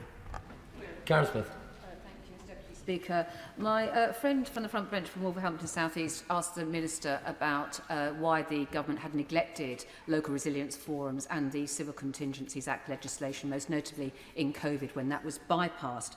So can I re-ask that question? What now lessons has the government learnt from COVID and these issues in order to give greater sustainability to those local resilience forums that need to protect us? Well, we obviously learnt a great many lessons from COVID, and there's been, as the Honourable Lady I'm sure will be aware from the documentation that the government's published over the past couple of years, been a great deal of activity to improve our resilience and our response to emergencies. And my colleague, Deputy Prime Minister, gave a statement to that effect in this House in December. The Cabinet Office assigns ownership of acute national risks to lead government departments across risk identification and risk assessment, prevention, resilience, preparation, emergency response and recovery. Though the lead government departments may change between these phases, the impact changes and different competencies are required. But the UK has adopted a bottom-up approach to manage emergencies, as most emergencies affect local areas. We have local responders, such as the police, fire and ambulance services, which manage them without direct involvement from the government. Response to larger scale emergencies is then led by lead government departments, and it's only in the most serious cases that is escalated to Cabinet Office briefing rooms, known as COBRA, which brings in senior ministers from across government. But as the Honourable Lady will have heard me say, it's very much a partnership between centre and locality, and we're starting to see the benefits of that. Heather Wheeler. Thank you very much, Mr Deputy Speaker. Can I ask my honourable friend to congratulate the good people of Repton and the other villages that came together to help with all the flooding that was going on, and particularly having follow-up meetings now to get more flood wardens across South Derbyshire. The flooding in South Derbyshire, I've never seen anything like it. And we need to get the Environment Agency to move on with plans for holding ponds further up the Trent and the Derwent to stop the runoff from the fields that we've had this time round. And anything that my honourable friend can do to help me get those projects actually spades in the ground, I've been much appreciated. Thanks, sir. And I very much hear what my honourable friend is saying, and I know that my colleagues in DEFRA will have heard likewise, and she will have heard what I had to say earlier about their position on flooding. In this instance, we, in terms of alerts, normal flood warnings were operated. We didn't use the national alert because it didn't reach the threshold, and our local partners didn't ask us to use it. But from what we can see at this stage, that local system worked well and helped protect people and, where possible, property. Thank you very much, Mr Deputy Speaker. The consistent floods, the consistent storms that we've had this winter have meant that our communities have felt more consistently battered by flooding and winds than perhaps ever before. And sadly, as he mentioned, this past weekend lives were lost. There are also tens of thousands of houses and businesses without power. Transport links were halted. My own constituency of Edinburgh, there were no flights out of the airport, there were no trains going anywhere, roads, bridges were closed. Thousands of homes were flooded. And yet, the National Audit Office has warned that the government has not set a long-term target for the level of flood resilience it expects to achieve, and there are no concrete plans beyond 2026. That could mean that any investment is misplaced and isn't actually efficient or protects homes sufficiently. So does the Minister see that this could be a lack of foresight, and will the government commit to reversing current cuts to flood protection and do more to ensure that investment is effective? Well, the honourable lady will have heard what I said, reflecting what DEFRA had said earlier in the week about the £5.2 billion worth of investment in flood and coastal erosion risk management through their capital programme, and the fact that since 2021 the government has put £1.5 billion in flood defence projects across England. And to her first point about the level of disruption, we absolutely understand and sympathise with people who who've been put in this situation. And whilst we cannot control the weather, we can, by degrees, become better prepared for those events, both by the general resilience planning that government has been doing, but also, as I was saying, by having better intelligence on storms that are forming over the Atlantic, and making sure that we have the right people with the right skills poised to act quickly when these storms strike. Yeah. And that, of course, means that we can minimise disruption to the public, even though we cannot eliminate it altogether. Henry. Mr Deputy Speaker, in my constituency of Broxtowe, some businesses and homes that I have visited have been affected by multiple storms and have received the flood recovery grant. But as it stands, those who have been affected by both Storm Babette and Storm Henk can only claim after one of the floods. So is the government looking at putting further support in place for individuals who have been flooded multiple times by these separate storms? My honourable friend raises a very important question.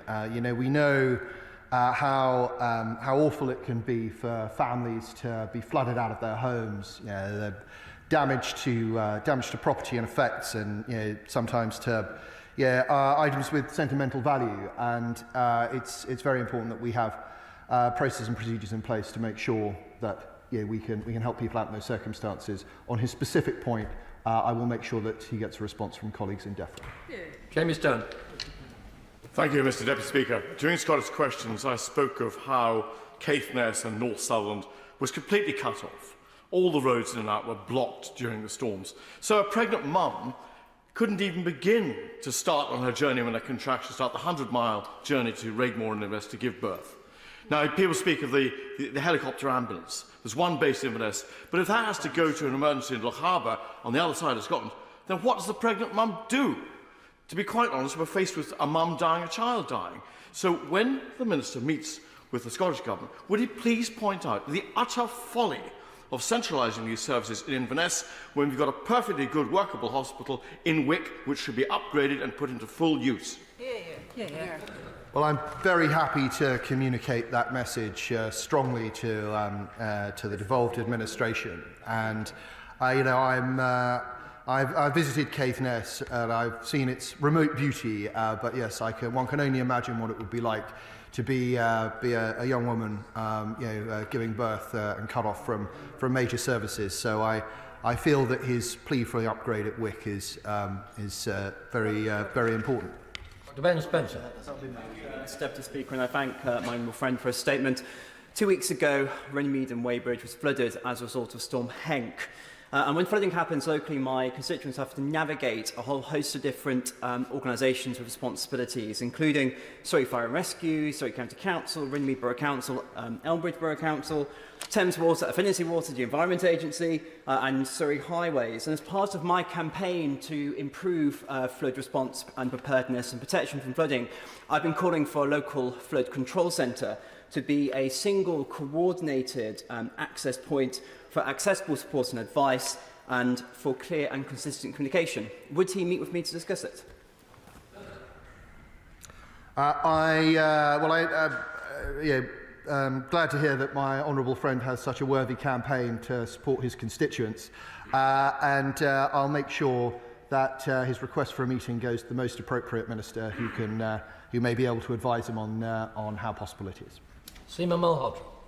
Thank you, Mr Deputy Speaker. According to the NAO, the Environment Agency has cut its forecast for the number of additional properties that will be better protected from flooding by 2027 by 40% since plans were first unveiled in 2020.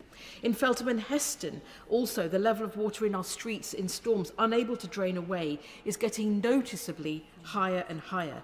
So I have to push the Minister on this.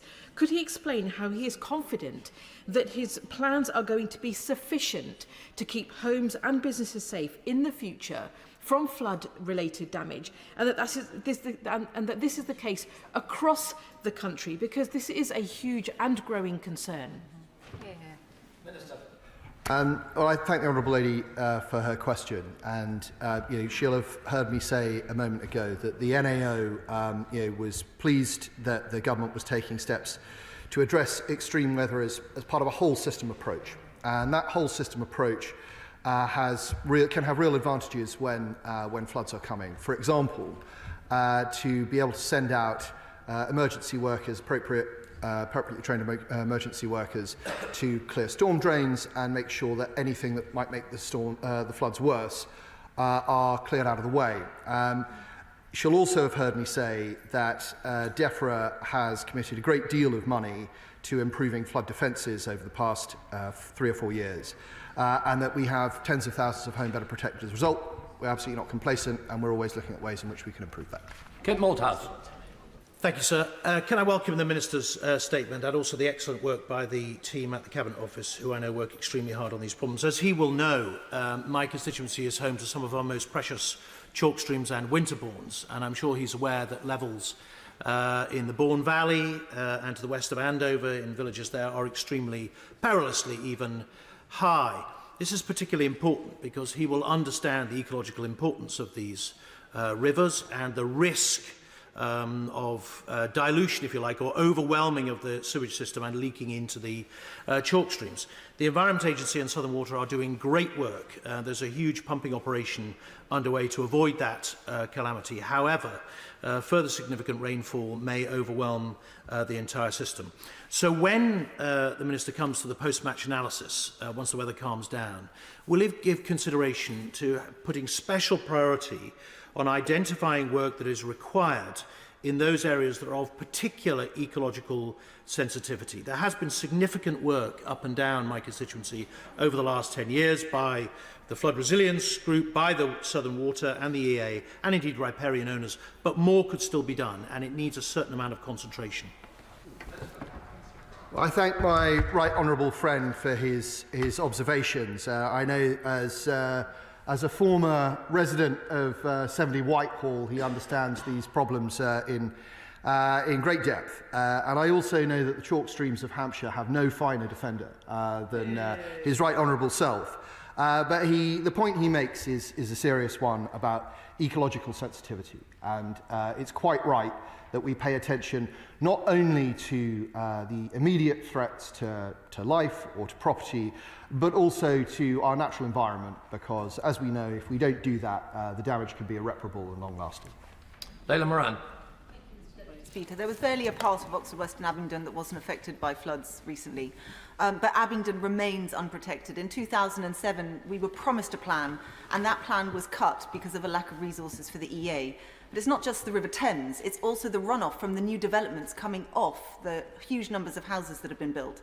So what is the Cabinet Office doing to connect DEFRA with the Department for Levelling Up so that the developers who have promised to clear the culverts actually have that enforced by the local authorities?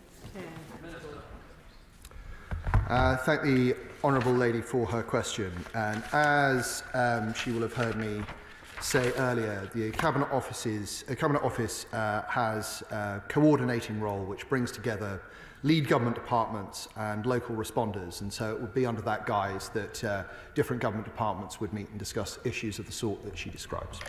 Alistair Carmichael. Mr Deputy Speaker, even by the standards of what we are accustomed to in the Northern Isles, the last few days and the week, in fact, have been exceptionally disruptive.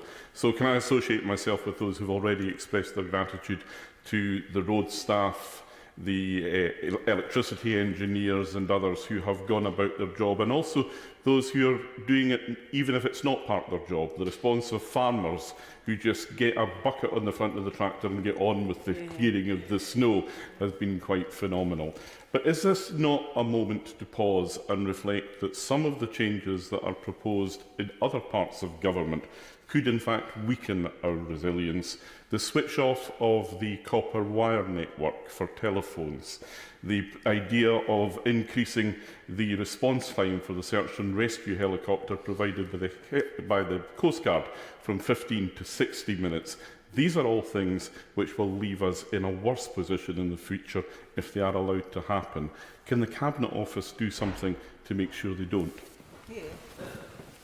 I thank the honourable gentleman for his question, and I've landed at Tingwall Airport in a storm in the summer, and that was frightening enough for me.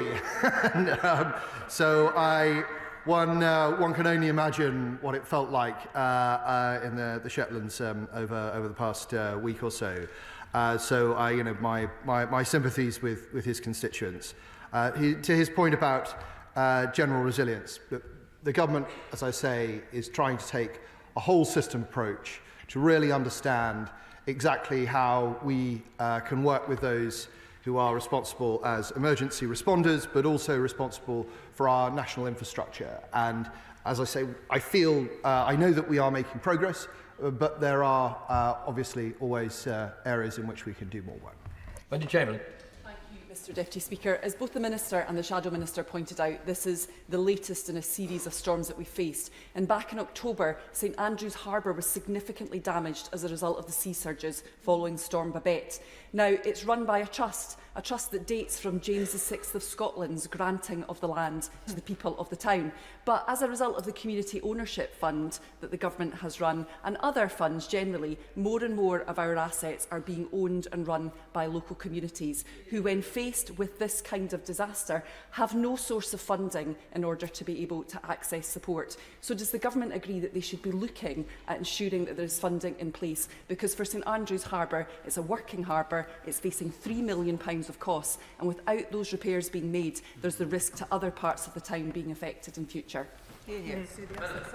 Well, I've learnt something I did not know about St Andrews Harbour this morning, and I'm very pleased to have learnt it. But yes, I'm sure that colleagues in other government departments, including DLUC, are considering these very issues. But community-owned assets can be a wonderful thing, and it's very important that assets such as local ports are governed by people who really understand the towns and cities in which they're based. So I'm happy to take that forward.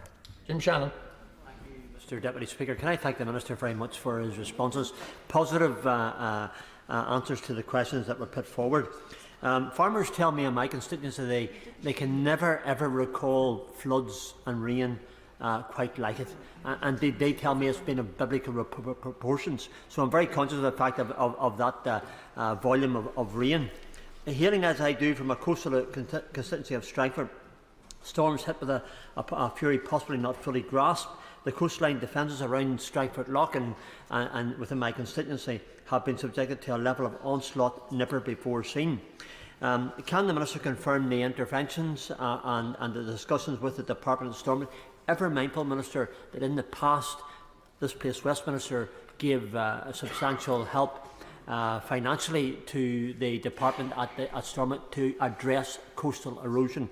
So with that in mind, what have been the discussions and what help that's been given in the past can be given the same level of assistance perhaps be offered again? Thank you. I will ask ministers from other government departments to come back to him on the specifics, but obviously, as my honourable friend will know, we are very keen to see a restoration of Stormont, and I believe that the House will hear more about that very soon. Deputy Speaker, Somerset is so often battered by extreme flooding, and in response, the River Cam flood warning system is currently being piloted in my constituency. So a stretch near North Cadbury will be fitted out tomorrow with laser depth measuring devices that will send real-time messages and alerts to residents when the water levels start to rise. Will the Minister join me in congratulating Liberal Democrat councillors and Somerset Rivers Authority for this initiative, and agree with me that we need to fund more extreme weather resilience plans for isolated rural communities?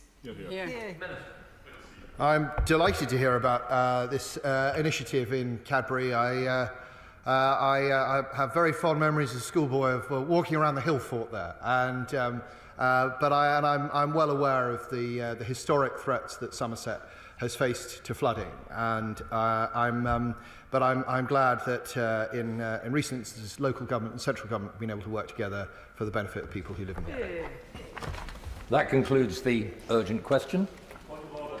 Point of order, Sir Liam Fox. Mr Deputy Speaker, an organisation in my constituency where I had grounds to intervene on behalf of a previous pub tenant has issued its current tenant with a gagging order and verbally told them not to contact their MP. Mr Deputy Speaker, what can be done to protect my constituents from such bullying and ensure that their constitutional rights are respected? Well, first, I'm grateful to the Right Honourable Gentleman for giving notice of his point of order. Constituents' ability to communicate with their Members of Parliament is constitutionally important. I'm concerned, very concerned, about the matter that he's raised. Constituents must be able to communicate freely with their Members of Parliament, and I trust and hope that urgent action will be taken to clarify that this is understood by all parties in this case. If the matter is not resolved satisfactorily, then I trust that the Right Honourable Gentleman will seek advice from the Clerk of the Journals, in the first instance, about how this very important issue might be escalated. Presentation of Bill, Secretary of State for Northern Ireland. Northern Ireland Executive Formation Bill. Second reading what day? Now, today. Order. I advise the House that this is a very narrow bill. If the House agrees the business of the House motion today, then amendments may be tabled before the bill has been read a second time. I understand that the Chairman of Ways and Means has indicated that she will make her provisional selection of amendments soon after 2 p.m. Members who are considering tabling amendments are asked to contact the Public Bill Office as soon as possible. Presentation of Bill, Mary Robinson.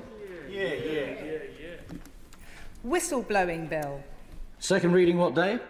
Friday, the 2nd of February. Friday, the 2nd of February. Kit Malthouse. Mr Deputy Speaker, I beg to move that leave be given to bring in a bill to make provision about speeding offences on roads to which a 20-mile-an-hour limit applies, to make provision about the enforcement of moving traffic offences, to require 24-hour staffing on works on specified public roads, and for connected purposes. As I'm sure you're aware, Mr Deputy Speaker, life as a motorist has changed very significantly over the last 2 decades. Cars have become safer, more efficient, greener and quieter. And yet, despite the fact that the motor car is possibly one of the greatest contributors to human wealth, happiness and freedom, it has become seen by many as the root of all evil. Despite the enormous benefits that cars bring to our constituents, families up and down the land and indeed across the world, for many motorists, the world seems to be filled with councillors and officials dedicated to making their lives more difficult. Driving is becoming a minefield of potential traps and penalties, such that drivers are becoming paranoid and resentful about the entire system. When this happens, order tends to break down, and time, I believe, has come for a rebalancing. In this bill, therefore, Mr Deputy Speaker, I propose 3 modest measures which will achieve a better balance and I hope see better results generally for motorists and members of our communities across the board. First of all, I propose that anybody caught speeding between 20 miles an hour and 30 miles an hour does not receive penalty points. Rather, they would be required to attend a speed awareness course, and repeat offences would require repeat attendance at speed awareness courses. And I should declare an interest, having been myself at a speed awareness course recently, caught doing 24 miles an hour on the embankment unwittingly, along with the Archbishop of Canterbury. Not at the same time or in the same vehicle, but he was also done for a similar offence. Now, Mr Deputy Speaker, the rollout of 20-mile-an-hour speed limits across the country has brought benefits in terms of road safety, but it has left many thousands of drivers disproportionately punished for straying over the limit. That you can receive 3 penalty points for doing 24 miles an hour in a 20-mile-an-hour zone and for doing 57 miles an hour in a 50-mile-an-hour zone seems unfair to many and is in danger of discrediting the system. In addition to penalty points and a fine, drivers so punished will also face higher insurance premiums at a time when premiums are rising significantly in any event. As it stands, it's possible to lose your driving licence by driving at 24 miles an hour 4 times in 3 years.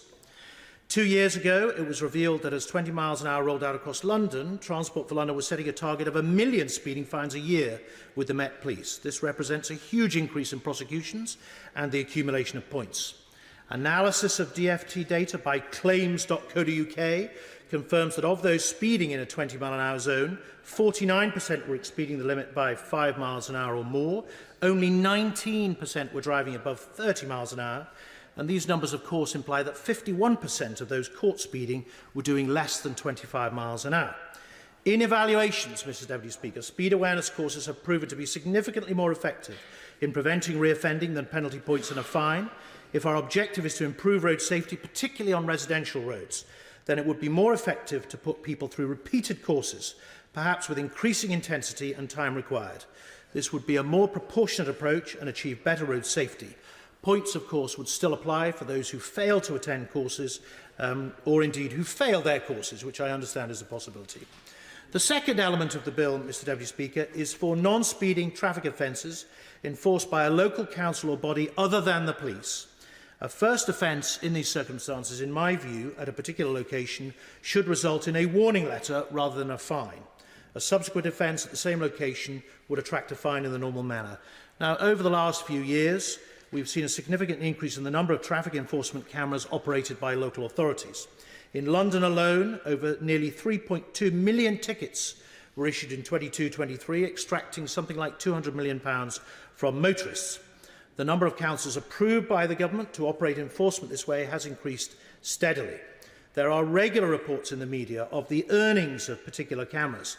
The most successful in Birmingham pulls in apparently £10,000 a day from drivers straying into a bus lane.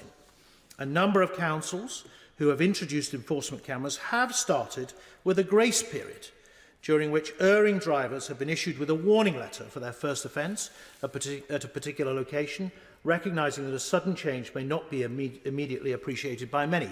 In Liverpool, the city of my birth, when cameras were brought in at one particular location, 1,400 drivers were caught out within the first 24 hours. Happily, they all received a warning letter first.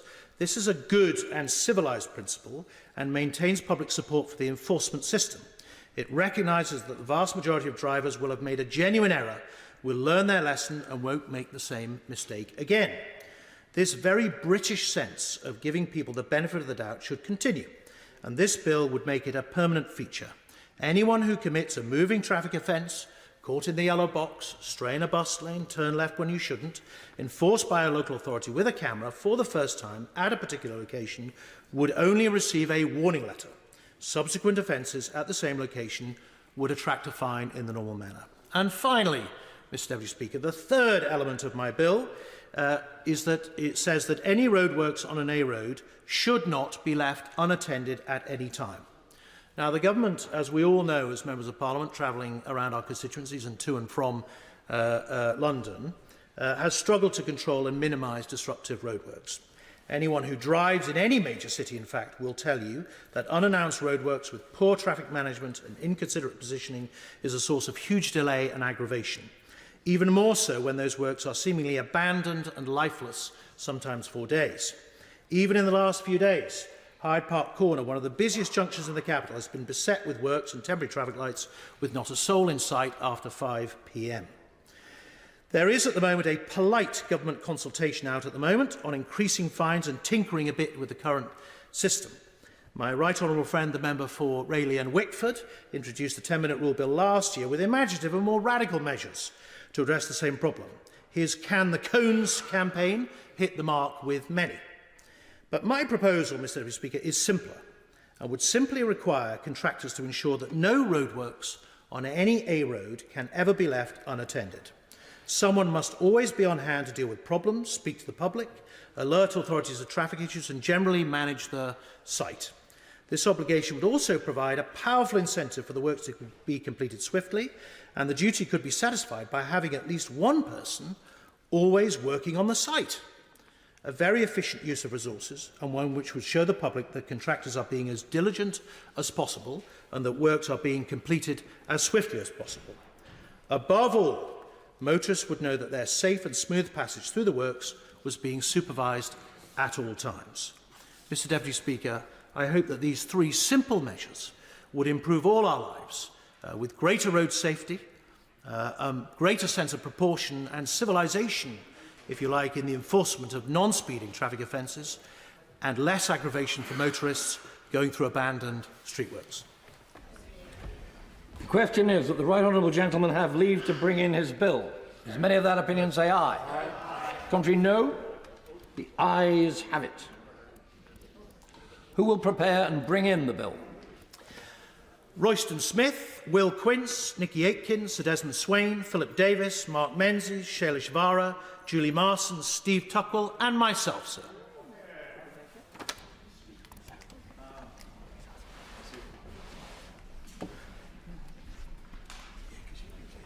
Kit Malthouse.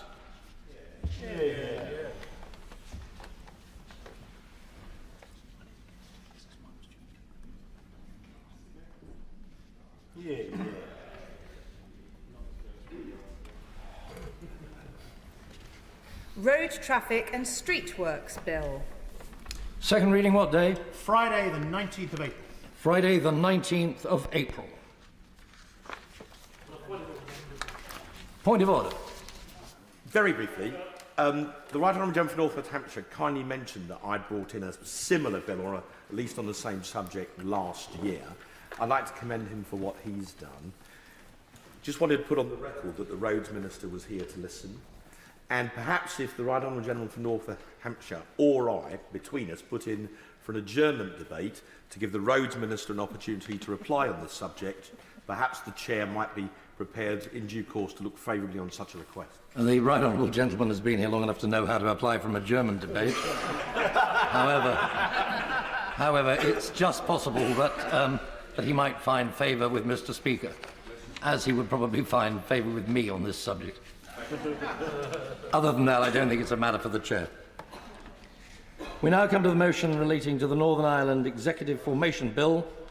Business of the House. Minister to move. I beg to move. The question is, as on the order paper. As many of that opinion say aye. Aye. Contrary, no.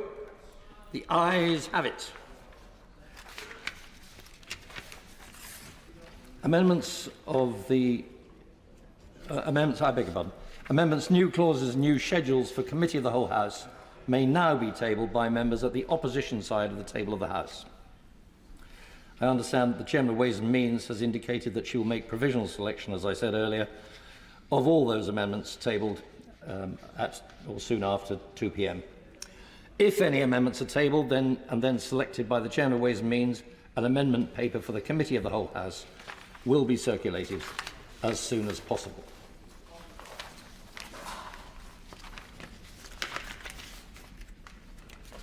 There we go now. Clerk will now proceed to read the orders of the day. Northern Ireland Executive Formation Bill, second reading. Now. Minister to move second reading. Thank you very much, Mr. Deputy Speaker. I beg to move that the bill now be read a second time. And it is a very short and I'd like to think perfectly formed bill. And I'd like to thank all those who have helped expedite this simple but important piece of legislation to this point.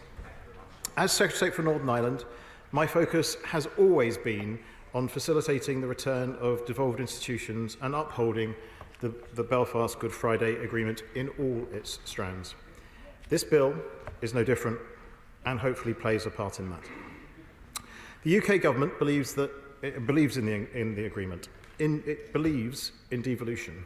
It believes in localism, and it strongly believes in power sharing. That is why I am today legislating to retrospectively extend the executive formation period to the 8th of February this year, 2024.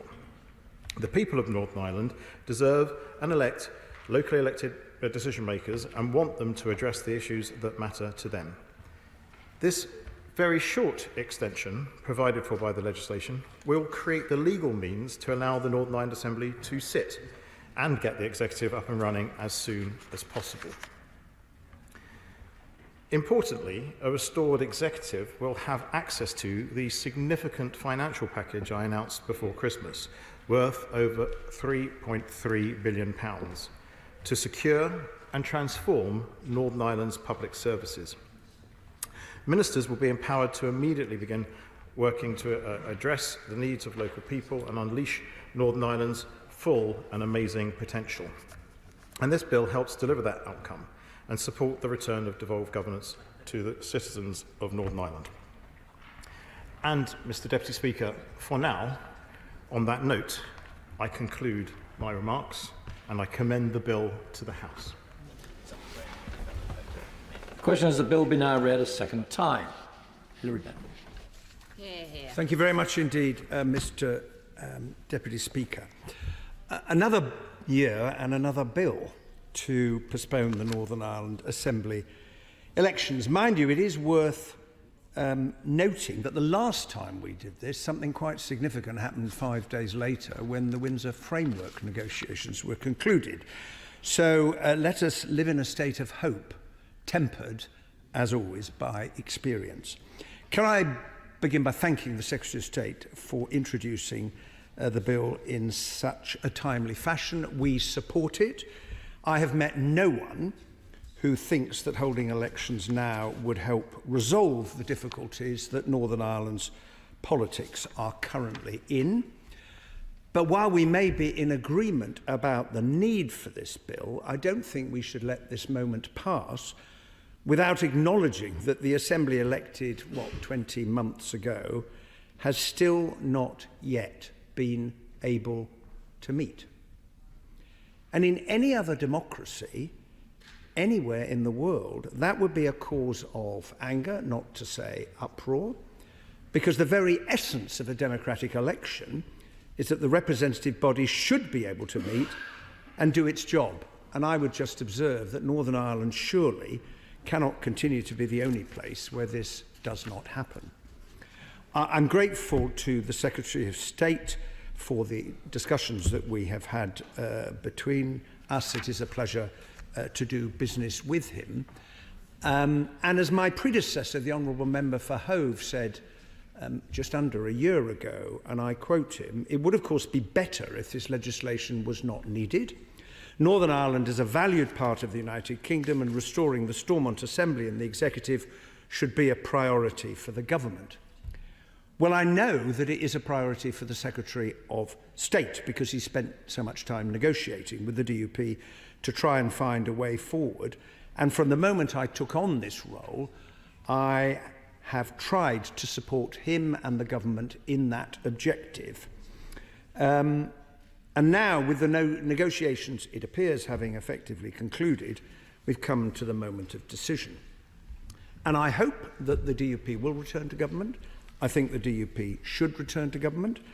And I say that for a host of reasons, above all because the people of Northern Ireland need to have their government back. The consequences of having no government for almost 2 years this time around, and of course previously for almost 3 years when Sinn Féin walked out of the institutions, are very serious for the people of Northern Ireland.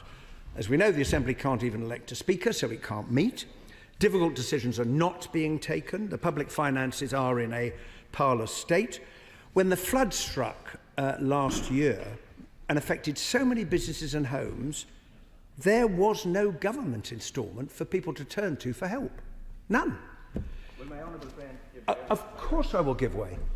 When I was at home over Christmas, I took my uncle to the Cancer Specialist Centre at Belfast City Hospital. It was a very humbling experience to see the care and the dedication provided by the staff there in what is a world-leading facility. But the stresses and the strains were very clear, a lack of funding and a lack of direction, because when institutions and systems fail, people suffer. So this really has to be the last time that legislation like this comes before this House. Get it back up and running, or the Secretary of State with the Irish Government should find something else to sort it out.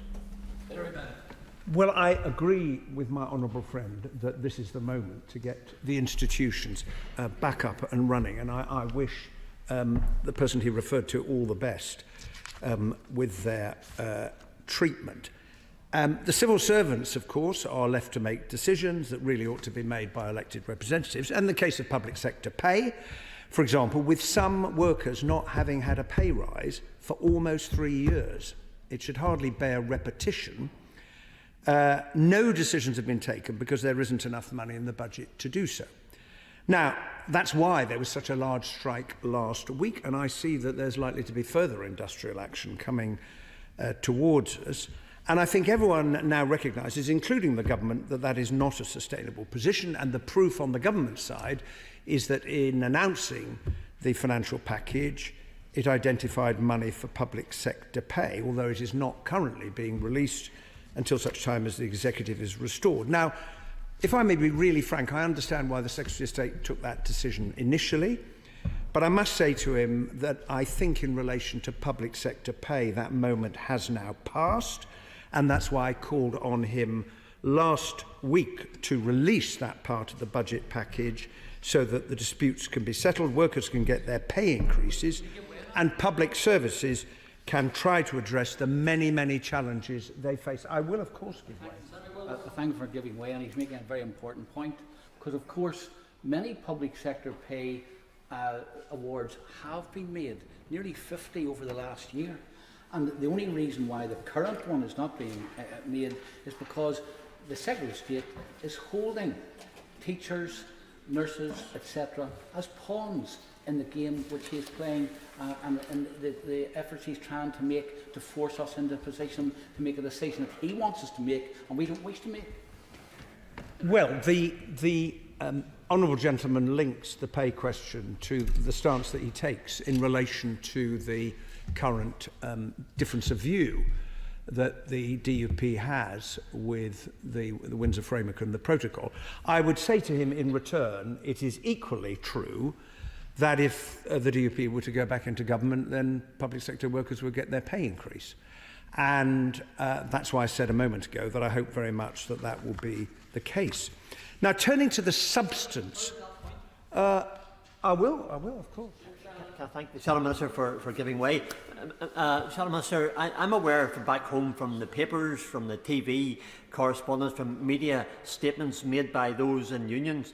They say very clearly, and I quote them, that the problem here doesn't lie with the politicians, with respect, it lies with the Secretary of State for Northern Ireland, who has control of the monies. He, in his own right, as Secretary of State for Northern Ireland, could settle these claims for those in education, those in health and elsewhere. The monies are there. The unions say, let the Secretary of State do it. Has he heard the same story as I've heard? I've heard it in the news and the media. Well, I have indeed heard the unions making precisely that point, and I have set out to the House today why I understood initially why the Secretary of State took that approach, but I do think that public sector workers should not continue to be held hostage to the failure thus far, and I hope that it will change very soon to solve this problem, which is why I am calling on the Secretary of State to release the funds now. Now, we need to be honest about how we got to the deadlock that the government's been grappling with, as indeed has the Right Honourable Gentleman for Lagan Valley as leader of his party. One of the many, many consequences of leaving the EU was that a decision had to be taken about what to do about trade across the border between Northern Ireland and the Republic, given that everyone agreed that the border had to remain open. There were not many things that everyone agreed on when it came to Brexit, but that was one of them. And everyone agreed that the EU needed to be sure that goods crossing that border complied with the rules of their single market. There was no escaping this. And the government decided that the answer would be the Northern Ireland Protocol. Now, before I occupied this role, I was one of many people who argued that the implementation of the protocol would not work as originally intended in Northern Ireland, including for reasons that many in the unionist community had pointed out. And in fairness to Maros Sefcovic, he understood what the problems were and changed the EU's approach. And that is why I genuinely believe that the Windsor Framework represents a significant step forward. It's why we on this side of the chamber voted for it. Now, of course, detailed implementation will need to be worked through. That is another reason why the executive needs to return. But most businesses tell me that the Green Lane is working reasonably well. And as I said last week, the framework is here to stay. And I make no apology for reinforcing the point again today, because it will continue to be implemented by whoever is in government in Westminster. And anyone who thinks otherwise, with respect, has got it wrong, not least because any hope of negotiating future arrangements of benefit to Northern Ireland with the EU will depend on the Windsor Framework being implemented. Because if the UK were once again to renege on an international agreement it has signed, and it's happened before, there would be, for example, no SPS agreement reached or anything else, because trust would once again have been destroyed. Absolutely destroyed. At the same time, of course, unlike the rest of the UK, Northern Ireland continues to enjoy ready access to both the UK and EU markets, which is a huge opportunity for jobs and economic growth in the years ahead. And these are the facts which nothing is going to change. Now, what the government has been doing, we all understand, is negotiating on measures it could take to reinforce Northern Ireland's position in the UK internal market. And the Right Honourable Member for Lagan Valley has wisely and repeatedly said, and I support him in this, that any agreement has to be acceptable both to unionists and to nationalists. And that has shown great wisdom. In addition, there is a financial offer on the table, which I think provides a basis for going forward. So after months of negotiation between the government and the DUP, now is the moment to decide whether to restore the institutions. Now, on the detail of the bill, and there's not much, I have just one question. In his press statement on the 19th of January, the Secretary of State said, and I quote, "I intend to introduce new legislation which will take a pragmatic, appropriate and limited approach to addressing the executive formation period and support Northern Ireland departments to manage the immediate and evident challenges they face in stabilising public services and finances," end of quote. Now, I take it from those words he was referring actually to another bill that he thinks might be needed if the current negotiations fail. Can he confirm that that is the case? I'm not asking for any further detail, although I hope, we all hope, that such a bill will not prove necessary because the institutions will return. Also, can the Secretary of State assure the House that as and when there is an outcome, indeed either way, he will immediately come to the House and make a statement? Oh yes, of course I will give way. Honourable friend for giving way. Would he agree with me that he talked in the questions to the Secretary of State about Plan Bs and alternatives, but would he agree with me that any alternative to restoration of the institution is suboptimal and is also not the settled position of this House. All parties have as their primary policy position on Northern Ireland governance the restoration of the institution. I agree 100% with what the Right Honourable Gentleman has just said, and he anticipates a point I'm just about to come on to make in my concluding remarks. And they are these, that Northern Ireland has come a long way since the Belfast Good Friday Agreement in 1998. It is unrecognisable in so many ways, and for the better. And in all of my meetings, all of my visits, I've been so impressed and encouraged by the energy, the enterprise, the industry of those I have met who are working hard to build a new and better future for the people of Northern Ireland. And that really matters when we know that families in Northern Ireland, for example, have the lowest disposable incomes in the United Kingdom. And the longer there is no functional devolved government, the harder it will be for those businesses to seize the opportunities that are available anyway, including because of access to the EU market, because businesses that are thinking of investing don't like uncertainty. They want stability. They want to know there is a government in place. And so the absence of a government undermines the bright future that otherwise faces the people of Northern Ireland. And the basis of power sharing, which was at the heart of the Good Friday Agreement, including devolved government, was essential to the making of progress. And of course, although there have been bumps and difficulties along the way and periods of no government, a generation on from 1998, I simply want to echo the point the Right Honourable Gentleman has already made, that we cannot give up on devolved government. It is what we believe in this House. And it is the responsibility that all of us take on when we stand for elected office. We can't really have a system where any of us chooses to put conditions on the basis of which, if they're not met, we're not going to take part. That is not how a democracy works. As I'm fond of saying, we have to deal with the world as it is, as we seek to change it into the world we would wish it to be. And it cannot be, surely, that politicians from all parties and all communities in Northern Ireland are somehow unable to come together to establish the Assembly, form an executive, and get on with the task of governing. I will give way. I'm very much enjoying the tone and the thrust of his presentation. Of course, he is dancing between a majoritarian and a power-sharing arrangement in his comments, and so they're not quite perhaps as aligned as he might suggest. But my question is this. This is not the first time that Stormont has been suspended. In the past, Sinn Féin refused to come back to the Assembly, as I understand, over concerns about the language. And the UK government has made steps towards that in more recent years. I'm just wondering then, would he support the UK government making measures towards the current impasse over the Northern Ireland Protocol as modified by the Windsor Framework? Is that a position that he could support, alterations to that, which might be helpful to restoring power and alleviating some of the concerns of the unionist parties in Northern Ireland? I'm grateful for that intervention, and I believe strongly in Northern Ireland's place as part of the internal market of the United Kingdom.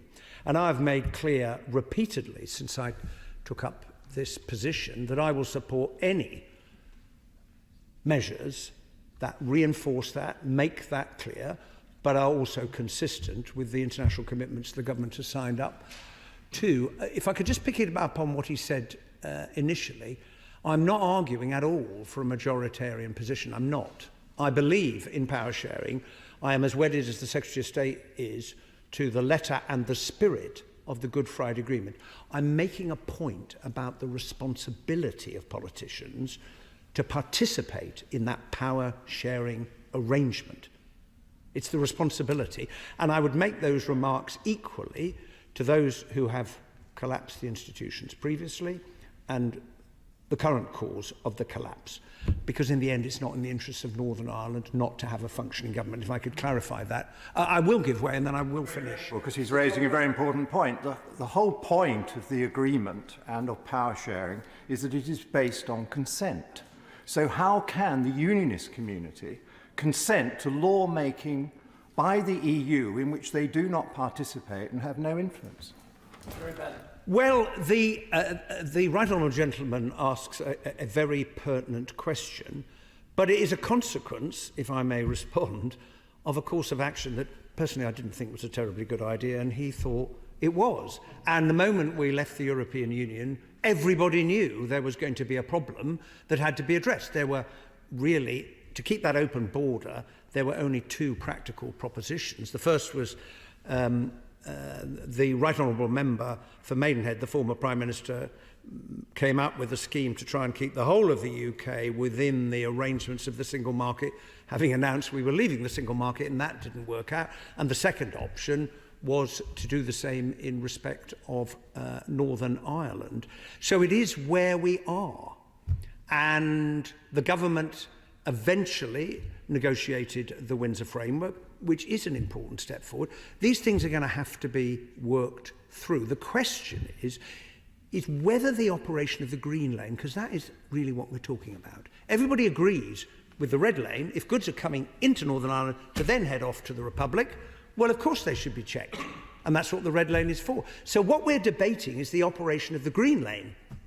Question, does it really make sense for there to be no power-sharing government institutions, no assembly, no executive in Northern Ireland because of a debate and an argument about the operation of the Green Lane? Well, my view very strongly is that is not sufficient a reason not to have a functioning government. And I would just conclude by saying the people of Northern Ireland have been waiting long enough, and now is the time for everyone to get back to work. Yeah. Julian Smith. Mr Deputy Speaker, and I just want to say a few remarks in support of my right honourable friend who is moving this bill. I think it's absolutely the right thing to be doing, and I want to pay tribute to the patient work that he has done over the past few months and his officials have done, officials here in the UK, in the Northern Ireland office, in the Northern Ireland Civil Service, and in the different political parties at Stormont. There's a huge need for this institution of Stormont to be restored, whether it is public sector pay, which has been mentioned already, whether it is health waiting lists, whether it is creaking public services, charities and others relying on public purse, or whether it's the limited offer of childcare in Northern Ireland.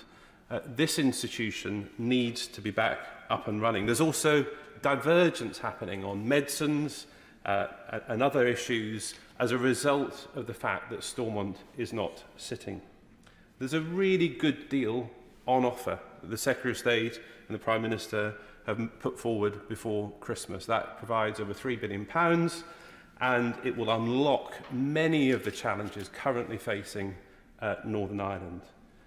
My right honourable friend for Lagan Valley and his team, I understand, seem to have negotiated also a very good deal with the government on issues around the Windsor Framework. And I hope in the coming days and weeks we'll be able to see the results of that work. I'm sure some within his party will still have concerns. This will not be perfect, but much better now, having moved forward and done so much work over the last few months to go back into the executive and to make the further arguments from there. For unionism generally, being in the devolved assembly is the key route to making the case for the union, for the NHS, for the fact that being in the UK defence and security system is better for Northern Ireland, and for making sure that any remaining concerns on the post-Brexit arrangements are dealt with. The Secretary of State has put the 8th of February as the end date for this bill. My understanding is that the government is supporting the final stages of the DUP negotiations. There's no bullying, there's no hard demands, there's just support for the work that my right honourable friend is doing with his party and the discussions he's having, and a real hope that in making the decision to go back into Stormont, if they do, the future for Northern Ireland the future for young people and generations to come will be best served by this institution getting back up and running with local ministers and making decisions in the best interests of this key part of our country. Thompson. Thank you, Mr Deputy Speaker. I'll begin, as is becoming sadly customary now, by saying how much a matter of regret it is that we're back here discussing a postponement to elections. Very firmly of the view that Northern Ireland is governed best when it's governed locally, and that for the sake of all the people of Northern Ireland, we wish to see the Assembly return in early course. But having said all of that, we also see no point or utility or prospect of progress being made by holding an election at this point. Now, there were opportunities last year to reflect on 25 years of devolution being in place in Scotland and Wales and in Northern Ireland. And I remember with great pleasure the special meeting of the British-Irish Parliamentary Assembly in Belfast, where there was meetings across at Stormont itself, but also at Belfast Castle, where those who were charged with having a care for affairs and relationships between our islands and jurisdictions had the opportunity to benefit from the breadth of experience of those who were actually involved in the peace process and in the Good Friday Agreement and in establishing devolution. And to have that kind of transfusion of knowledge and experience, I certainly found as a temporary custodian of a role of somebody who is charged with having a care as being something that was incredibly valuable. And it was also a tremendous opportunity to have the opportunity to reflect on how far all parts of the UK that had been experienced devolution over that quarter century, but particularly Northern Ireland, how far they had advanced and progressed in that time. And it also brought into sharp focus and relief, I feel, how much is missed by having Stormont sitting empty at present. So I would share very much the words of the Shadow Secretary of State when he speaks about hope here but being tempered by expectation. Now, I always very much enjoy the opportunity to visit Northern Ireland, whether in a private capacity or in my role as the SNP's spokesperson, and to take the opportunity where I can to engage with businesses and community groups and representatives of wider civic society. And I've had much cause to be grateful to elected members in Northern Ireland across varying parties for the opportunities that they've given me to do that and the doors that they've opened and the insights I've been able to gain. And I think that what has come through from many of those visits and what I observe is the sense of frustration at how politics is presently failing in Northern Ireland. And I say politics rather than politicians deliberately, because it is a failure of politics across many strands that has taken us to this point. And we saw that bubble up most obviously in the recent strikes. Now, I highlighted in the budget debates that we had in this place, in the Northern Ireland budget, about the problems that are caused and the potential solutions that are deferred by civil servants having to try and cheese-pair to set budgets within the confines of the ghosts of ministerial decisions past. Now, I remember from my time in local government the frustration that you would get from council officers if you were unable to provide any kind of clear political direction on what it was you actually wanted to happen. And while it was always possible under different circumstances to set balanced budgets, how much better it was to be able to set them in the context of having some clear political leadership about the choices you wish to make with the resources at your disposal. So that is certainly a consideration here. It is impossible to set the kind of strategic budget directions that are needed in Northern Ireland right now, absent a working institution at Stormont. Now, when it comes to public sector pay, the Secretary of State says that using part of the £3.3 billion cash allocation to settle these claims ahead of Stormont being reconstituted would be it's a political decision and therefore not one that he is willing to make. Now, I would just say, as gently as I can, that taking a decision not to act is also taking a political decision in its own way. So the decision not to act is also political. And I would join with other voices in this place that we have heard and that we have in this debate, previous debates, and as I'm sure we will hear later, to urge the Secretary of State to reconsider his stance on that, because public sector workers in Northern Ireland, the brunt of whom the pressures that are being caused are falling on, really do deserve the pay settlements that their counterparts elsewhere in these islands have been able to get. And I will just mention in passing that the levelling up funding, it was said that the absence of a functioning Stormont was the reason why the UK government was unwilling to progress with making funding and levelling up. That caused us to have a wry chuckle to myself, given the UK government's disinclination to work with the devolved governments that are up and running in Scotland and Wales. So I think there's a certain amount of cherry picking going on there with the excuses that are being offered. So punishing the people of Northern Ireland to try to bring to bear some additional political leverage on politicians has not been a conspicuous success so far, and nor do I believe it's an appropriate lever to try and continue to use where public sector pay is concerned. Now, as I say, this was a failure of politics, and the fundamental problem that has led us to where we are stems from Brexit and the manner in which successive governments chose to take that forward, lest we forget, against the express wishes of clear majorities both in Scotland and in Northern Ireland. Again, I allowed myself a wry smile that during debates about the Scottish independence referendum in 2014, we were told about the trade border we'd apparently be creating with the rest of the UK, only then 2 years later to see the UK government going hell for leather towards creating a trade border within itself between Great Britain and Northern Ireland. Now, I do remember a backbench business debate about the Northern Ireland Protocol, and I very much enjoyed causing some consternation on the opposite side of the chamber by pointing out, maybe a little bit indelicately, that if Scotland were once again independent and in the European Union, would be able to enjoy free trade with Northern Ireland as a way that neither of us can currently enjoy as part of the Union, based on the deals that have been put in place. So I'm very, very clear, Mr Deputy Speaker, in closing, where my preferences are for the constitutional future of these islands are in that regard. But short of that, bringing the UK back into the single market and the customs union would make this go away.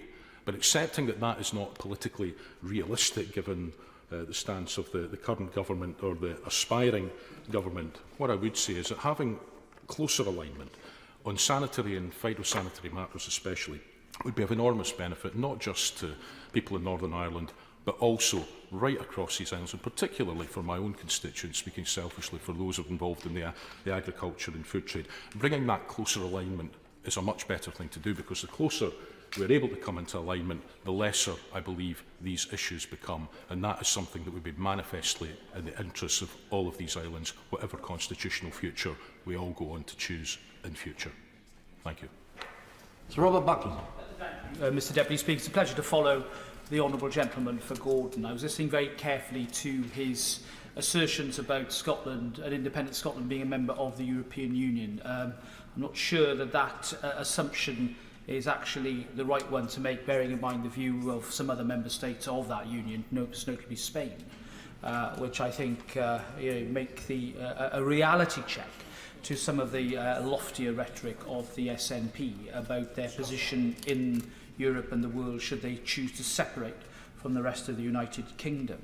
I make that point because I think it was inevitable that the consequences of Brexit meant that an arrangement with regard to the hard border, or the border between Northern Ireland and the Republic, was always going to be a difficult one. I certainly bear the scars on my back, having been involved as a law officer right through that process, and indeed helping to put together the Malthouse Compromise. Anybody remember that?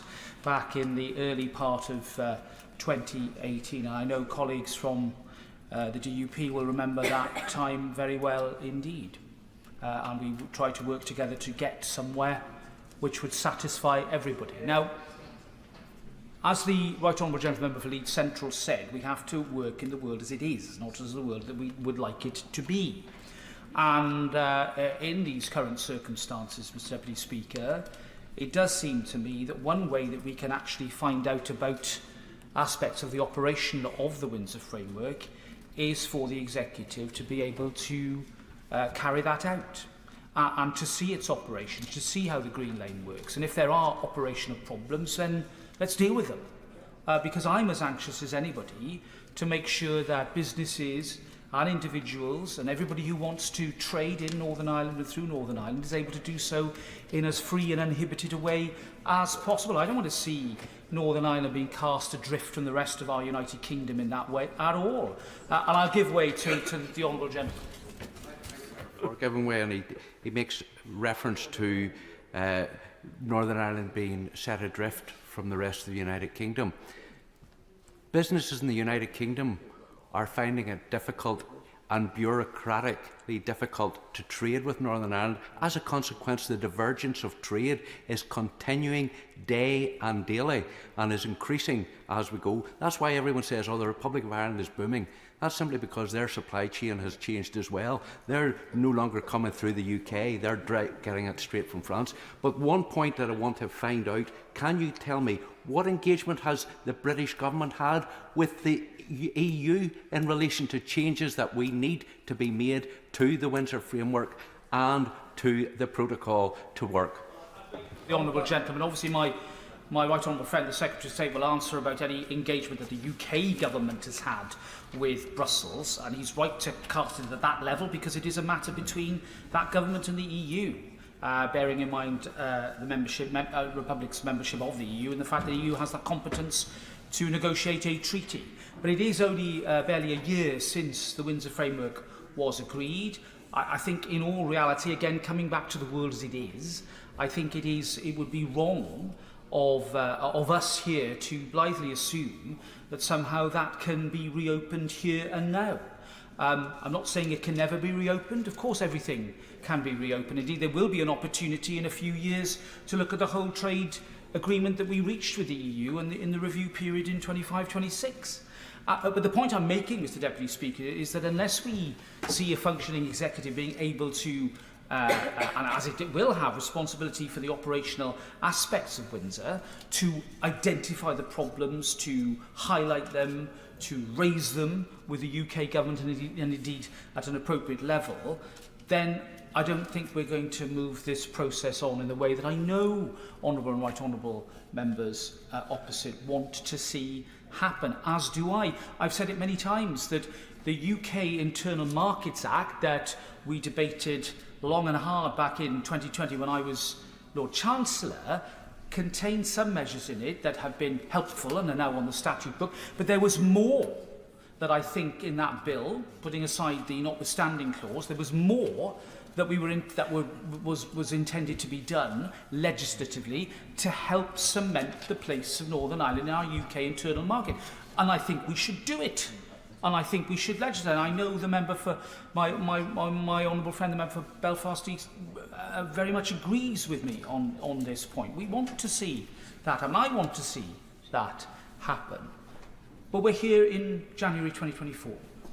I note the shortness of the period that the Secretary of State seeks to extend for the purposes of this Act. I think that is sensible and right. I think, tempting as it is to have longer periods, I'm not going to call them blank cheques, but longer periods, I don't think that would be right. And I wish him well, and I wish everybody in the negotiations well in coming to a sensible and pragmatic solution that allows the Government of Northern Ireland to continue. I'm not going to repeat the points made by honourable and right honourable members, Mr Deputy Speaker. I see it in the committee that I chair weekly. We still have that inability to plan ahead, or the institutions of Northern Ireland have that inability to plan ahead in a multi-year way to provide the level of public service that I know they want to do, but which they just cannot, bearing in mind the constraints that we have to operate under. And unlike previous periods of direct rule, this time there would need to be legislative change here on the floor of this House for that to happen.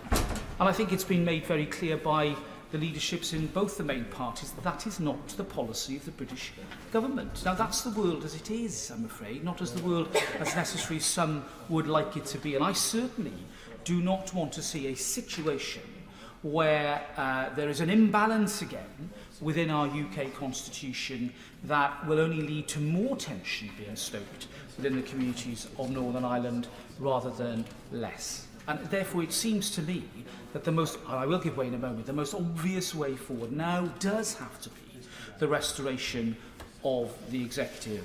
And I'll give way to my honourable friend. Thank the honourable member for giving way. There's been much use of this phrase, the world as it is, in this debate so far. I think it is actually helpful. We must be pragmatic about it. And I just wonder whether it's the intention of his committee and their work to include looking at Northern Ireland as it is now, for example, levels of inward investment, or how business has responded to that 12 months in which the Windsor Framework has been in place.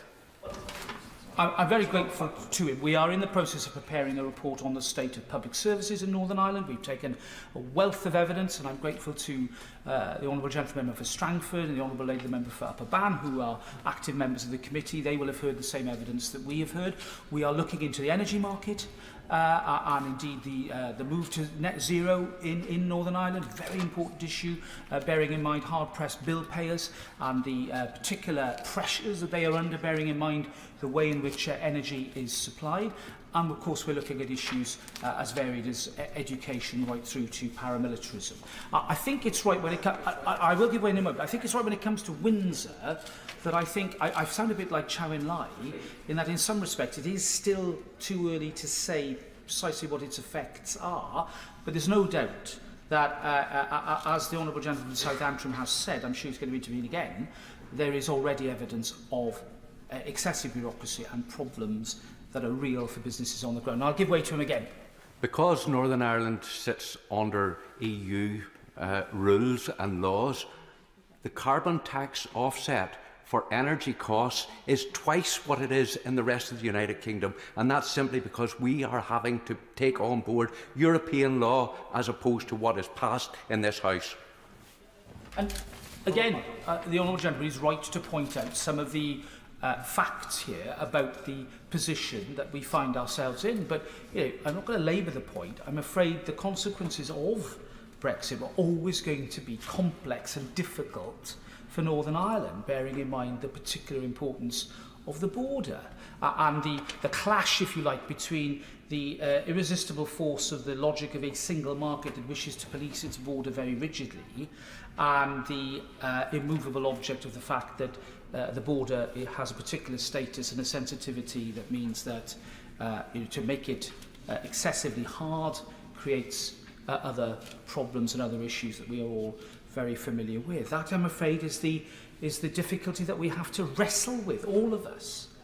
And I know that this place sometimes risks sounding rather portentous and nannyish in the way it talks about Northern Ireland. We have to be very careful about that.